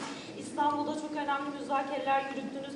Bu zirve kapsamında da Sayın Trump'ın Sayın Zelenski ile görüşeceğini biliyoruz. Nihai aşama olarak hangi noktadayız? Savaşın sonlanması konusundaki gidişata ilişkin değerlendirmeniz nedir? Teşekkürler. Antalya Diplomasi Forumu'nda Dışişleri Bakanlarımız bir araya geldiler. İstanbul müzakere sürecini de... Is that for me? Are you asking me, or are you asking the president? The president, yes. Biz Rusya-Ukrayna arasındaki bu gelişmeleri de yine değerli dostumla burada paylaşacağız, görüşeceğiz ve ona göre de adımlarımızı atacağız. Televizyon kanalından Hatice Kübra Bal, benim sorum da aslında az önce biraz yanıtladınız ama Türkiye'nin 5. nesil uçağı Kaan motorları için F-110 motorlarından söz edeceğiz. Aynı zamanda kassa yaptırımları ve bu bağlamda da F-35 alımı ile ilgili aslında bu görüşmeden bir somut sonuç bekleyebilir miyiz? Onu merak ediyoruz. Ben bunu daha önce değerli dostumla görüştüm ve Kaan'la ilgili onun motorları noktasında bu liderler zirvesinde bu görüşmeyi değerli dostumla tekrar bir araya geldik. Onu görüşeceğiz ve inanıyorum ki bununla ilgili bize verdiği müjdeyi burada da tekrar edecektir. Ve bu müjdeyle de herhalde liderler zirvesinde kendisine teşekkür edeceğiz. You know, I might add that Turkey bought planes. It's the best plane. But they bought planes from the United States. And when you buy a plane from the United States, if there's engine rehab and other things that are done to engines, there's various things that happen, including just maintenance. I think we have an obligation to maintain engines and help them maintain engines. When you buy a plane from us, what are we going to do? Say you're buying a plane if the engine needs work or if the engine has to be rehabilitated or even upgraded somewhat, but I think we have an obligation to do that. What are you going to do? Say, I'm not going to do that? Look, Turkey's been, I know, you know, a lot of people don't agree, although I think with time they're starting to. Turkey has been a great ally for us. Turkey could have gone on the side. They know Iran very well, and they know the problems with Iran. But they've been very instrumental, along with a couple of other countries, of helping. They could have gotten into the fight. You know, I hear some people saying about their relationship with Israel. They could have gotten into the fight. They're a very powerful military nation. They didn't do that. Maybe they didn't do that because of me, but they could have gotten into the fight on the other side. They are a nation that's been very, very good, and I can speak for myself as president.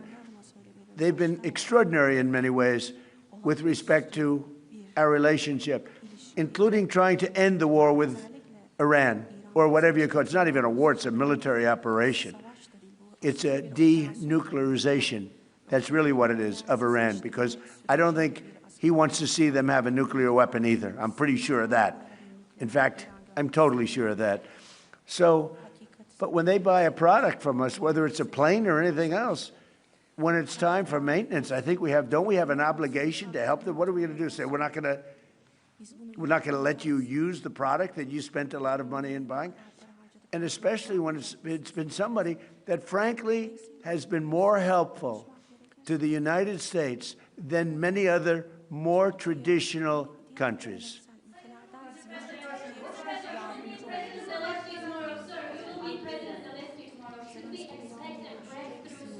I do. I had a very good talk with President Putin, who, by the way, has a lot of respect for President Erdogan, a lot of respect for him. We had a long talk yesterday. It lasted a long time, and I also spoke with President Zelensky right after that. I think they both want to make a deal.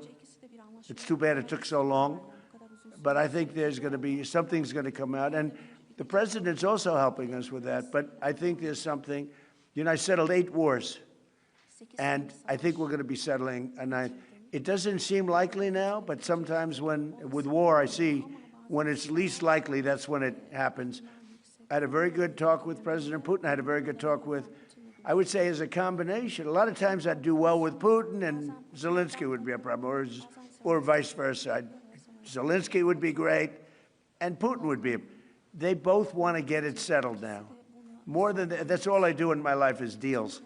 I know deals. And I think we're going to get it settled, hopefully soon.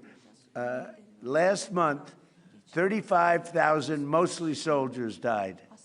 The month before that, it was 24,000. The month before that, it was 27,000. And the month before that, it was 29,000. But last month, it was 35,000 young soldiers, mostly soldiers, died. And that's crazy.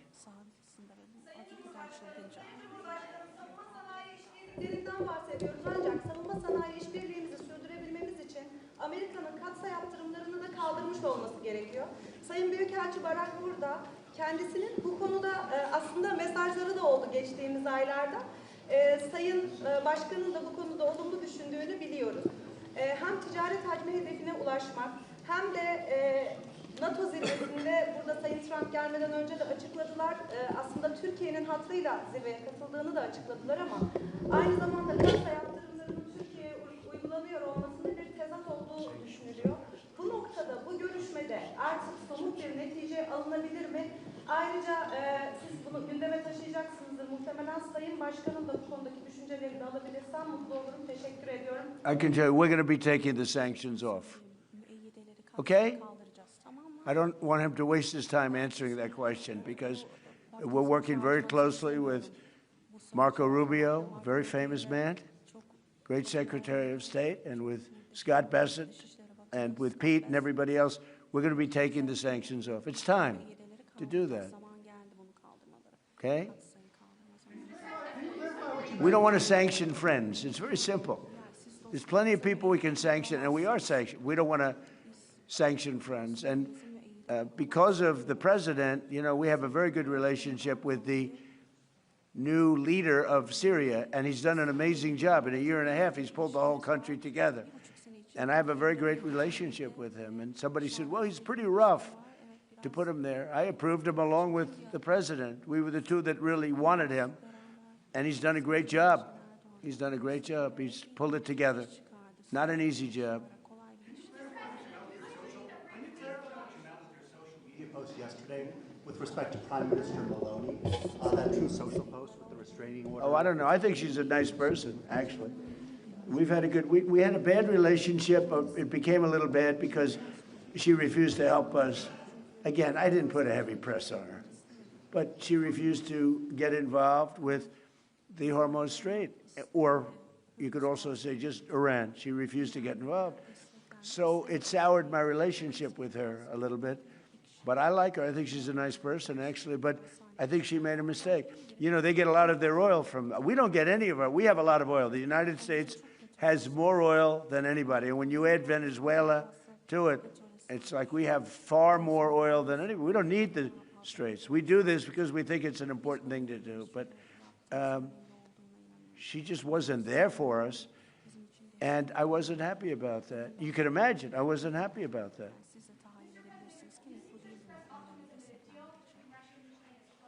Why do you think that? What conditions have changed? Did Putin seem... About with what? Russia-Ukraine. Did Putin seem open to any concessions that he Never had? changed. I just don't want him killing people. You know, it doesn't affect the United States. When Biden was here, he gave them hundreds of billions of dollars worth of equipment. Now I sell the equipment for, you know, fair price, the full price. And I sell it not to Ukraine, I sell it to the European Union. They pay us. But with me, it's not anything to do other than I'd like to save lives. You have 25, 35, 30. One time it hit 41,000 a month souls. They're dead. They leave their mother in Ukraine. They leave their mother and father in Russia, Ukraine. They wave goodbye. And a week later, they're dead.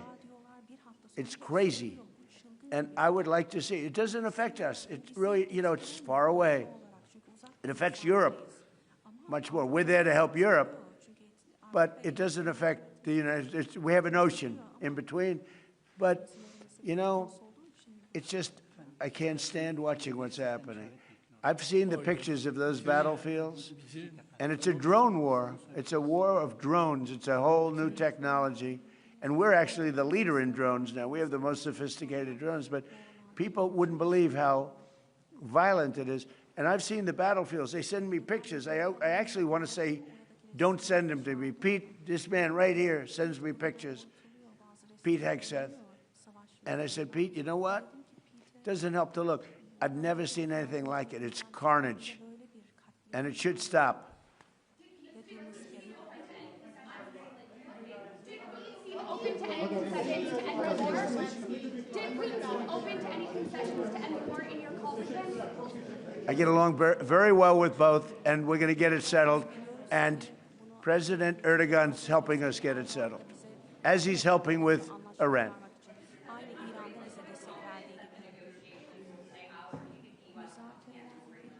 With respect to what? Well, that's what hurt my relationship with NATO. Because Greenland doesn't help Denmark. Denmark doesn't spend money to really help Greenland, but it's an important part for the United States. And it's surrounded by China ships and Russian ships. And that's not going to happen. The ships it's not going to happen. it was Greenland that, and it continues to be, that should be controlled by the United States, not by Denmark. And when they wouldn't go along with it, and with all the money we spend to help them with Russia, and we don't have to spend any money, we could remove all of our soldiers out of Europe. Because as you probably noticed, Europe's a very different place than it was 20 years ago. A lot different, much different. It's a much different, and they better be careful with immigration and energy. If they're not careful with those two things, you're not going to have a Europe anymore. Okay, thank you very much, everybody. Değerli arkadaşlar,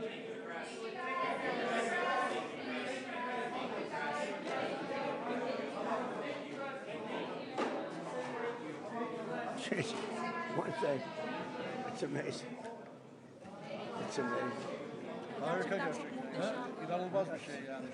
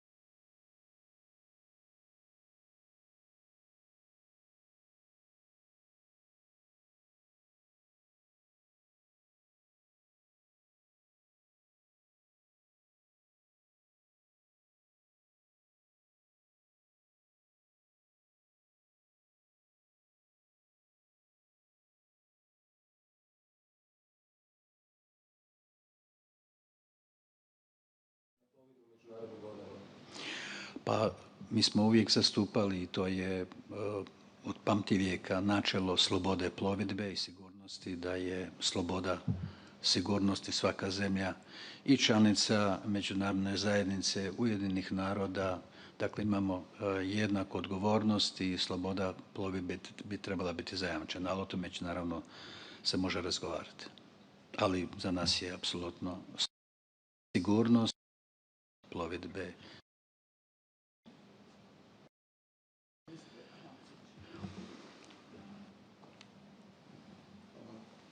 Evo, vezala bi se na Tihomira, pa bi dodala da u nacrtu deklaracije piše da su se sve zemlje članice, a to je usvojeno na razini veleposlanika, znači to je formalnost zapravo na kraju ovog foruma, da su sve zemlje članice se usuglasile da A, Iran ne smije imati nuklearno oružanje i B, slobodnu plovidbu hormuškim tjesnacem. Što bi to značilo na razini cijelog saveza? Kako vi to vidite? Pa vidim kao jedan napredak i upravo ovaj današnji summit, ovogodišnji summit pridonosi jedinstvu, jačanju jedinstva, transatlantske suradnje i ono što je, kada govorimo o obrani i sigurnosti, Europe i Sjedinjenih Američkih Država, niti Sjedinjene Američke Države mogu bez Europu, niti je Europa bez Sjedinjenih Američkih Država, ali vi ste vidjeli u zadnjih mjeseci, počev od one subote 28. veljače, što se sve događalo i koliko smo bili zabrinuti upravo i zbog hormuškog tjesnaca koji je bio zatvoren i koliko su građani, koliko je Hrvatska, naravno isto kao i sve druge države, koliko je vlada bila angažirana u smanjivanju, u pridonošenju, smanjivanju utjecaja, negativnih implikacija na ono što se događalo, dakle, zbog hormuškog tjesnaca, to je visoka cijena energetskih derivata, energenata općenito. Tako da i ovo što se događalo u međuvremenu i višeputno sastajanje i Sjedinjenih Američkih Država i Irana za pregovarački stol, što smo mi od početka pozdravili. Evo i pozdravili smo i što se to dogodilo u Pakistanu. Pakistan je bio medijator, to je zemlja upravo gdje ću ja biti sutra prvi europski ministar koji će posjetiti tu zemlju koja je doista važna i koja opet nudi i dalje svoje usluge. Svakako da su ove teme, apsolutno da će biti na stolu, da će se o njima razgovarati. Ono što je najvažnije je zapravo da nema ratnih djelovanja, da je hormuški tjesnac otvoren i da sad od raznim drugim modalitetima će se nastaviti razgovarati, kao što se razgovaralo još od 2015. 16. godine o ugovoru o nuklearnom naoružanju. Tako da sve je to na stolu. I želimo čuti zapravo što će drugi isto tako reći. Mislim da to glavni tajnik Mark Rutte dobro koordinira i ono što je najvažnije da imamo afirmativan pristup prema budućnosti našega saveza i cjelokupnom euroatlantskog prostora, ali i međunarodne zajednice, jer mir je, nema alternativne za mir. A s pogledom isto tako i na Ukrajinu. Sada dolaze u ovim trenucima Ursula von der Leyen, predsjednica Europske komisije i predsjednik Europskog vijeća. Dolaze zajedno na razgovore. Vi imate nekoliko programa koji su kompatibilni, ali opet s jedne strane imamo SAFE u koji Europska unija, odnosno država Europske unije, ulažu novac za proširenje kapaciteta, s druge strane ono što NATO traži, prije svega američki predsjednik, da se to i formalizira. Dakle, samo prisjetimo da je prošli tjedan dok je bio u Washingtonu, glavni tajnik Rutte rekao da se Vladimir Putin nikako ne boji preuzetih obveza, nego njihovih izvršavanja. Smatrate li vi i vaši kolega na ovim sastancima da zaista se izvršavaju obveze koje su preuzete u Hagu i s druge strane da je to dobar tempo, odnosno da se to događa na vrijeme?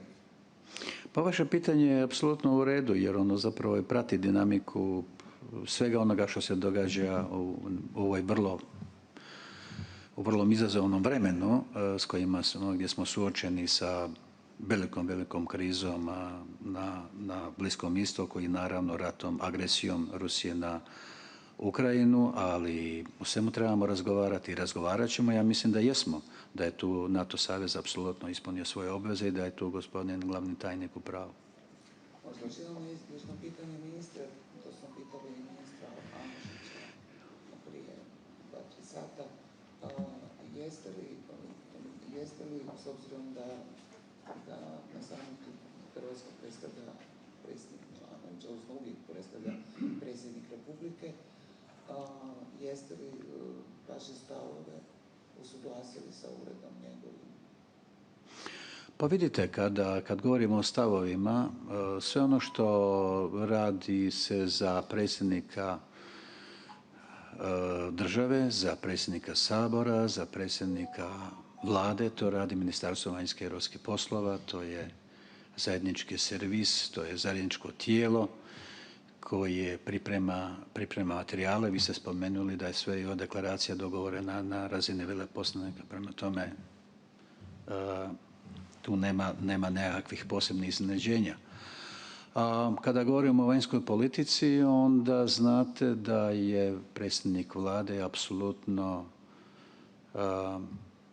vodi vladu i državu u onom smjeru koja je kompatibilna i koja je usuglašena sa glavnim smjerom kojeg vodi Europska unija, koja vodi NATO savez i osobito kada je u pogledu Ukrajina.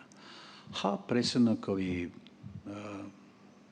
istupi nekad odudaraju od tog smjera, tako da idemo vidjeti što će predsjednik isto tako sutra reći. Nadamo se da neće biti iznenađenja. Znači niste upoznati sa onim što će... Ja ne znam što će predsjednik govoriti. Ja znam što je Ministarstvo vanjskih i europskih poslova radilo. Radimo zajedno s našim saveznicima, s našim partnerima, prije svega sa saveznicima. To je jedna uobičajena diplomatska aktivnost gdje naše stalno predstavništvo u Briselu radi, priprema i čak i predlaže usuglašeno onaj narativ koji je narativ NATO saveza i koji ne bi trebao odskakati. Hoće li predsjednik doći u situaciju da kaže nešto drugo? Ja to ne znam.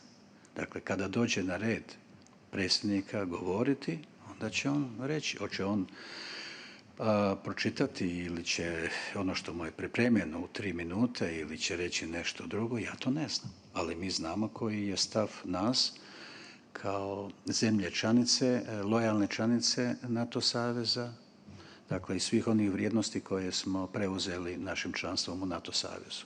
O drugome ja ne mogu govoriti koji će biti njegov nastup.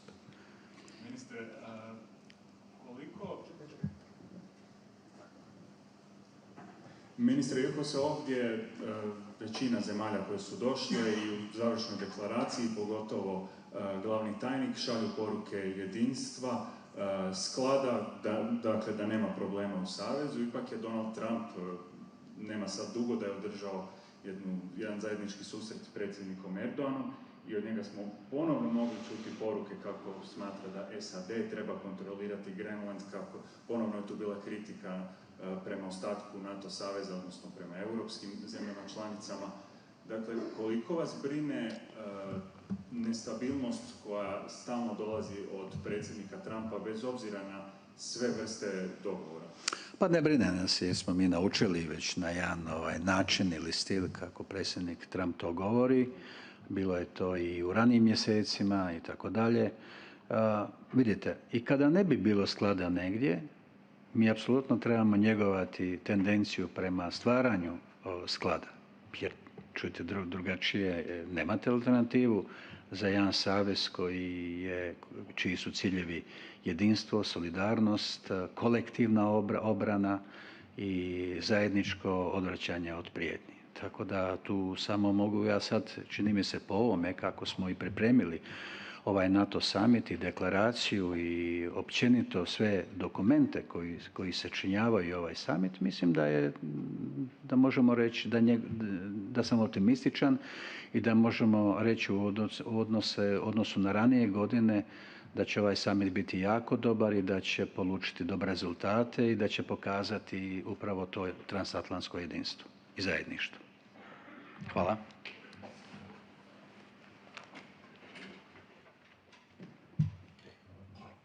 Zeugenja Ball.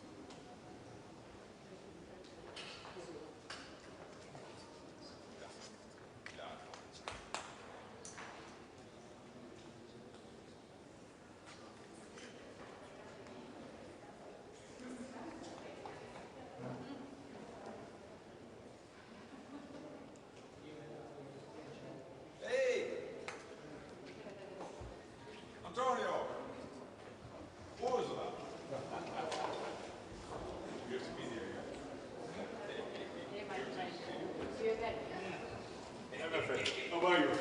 Good to see you. I think this is fine. Okay, good evening, both of you. I'm so happy that we have this opportunity. Thank you for being here at the NATO summit. I basically would say that when it comes to NATO and EU cooperation, it couldn't be better. We have a clear distinction of labor where NATO is working on the capabilities and the standards and the command and control, and basically all the rest is being handled by the European Union. So that has to do with resilience, infrastructure, the defense industrial base, but also money. And you are so successful in making sure, for example, through SAFE and all the other programs the EU is running, that the money is there supporting the 27 EU countries, 23 of which are also a member of NATO, an ally within the alliance, that the money is there. So for all these reasons, and this is crucial, because we have the Russian threat, we know the Russians work together with North Korea, China and Iran, so we cannot be naive, we have to pull together. This is exactly what we are doing, and I really want to both thank you for that. So whom can I give the floor? Is there a protocol order? We have a protocol order, my friend. So you first. Dear Mark, dear Ursula, first of all, I would like to express I'm so glad with this our strategic cooperation. Our member states, as you knowledge, are fulfilling their commitments. Yeah. And Europe is taking greater responsibility in our own defense. Absolutely. And now we need to continue. And what the European citizens expect from this Ankara summit is a clear message that we can continue to rely on NATO for their own defense and also for our deterrence, based on the very strong transatlantic relationship. Then my best wishes for this summit and for a clear outcome. Thank you so much. And also from my side, my dear friend Mark, thank you very much for this meeting here in Ankara.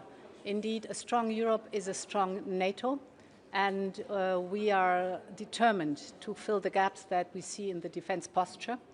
And for that, we have mobilized 800 billion euros up to 2030 that have to be invested to have a strong defense industrial base. Not only do we want a strong defense industrial base, but also we want more joint venture with Ukraine, because they are highly innovative and battlefield experience. And of course, we want more joint procurement within the European Union, because this means interoperability. So many topics to discuss with you. Thank you very much for inviting us. Thank you so much. So thank you. Let's start. Bye-bye.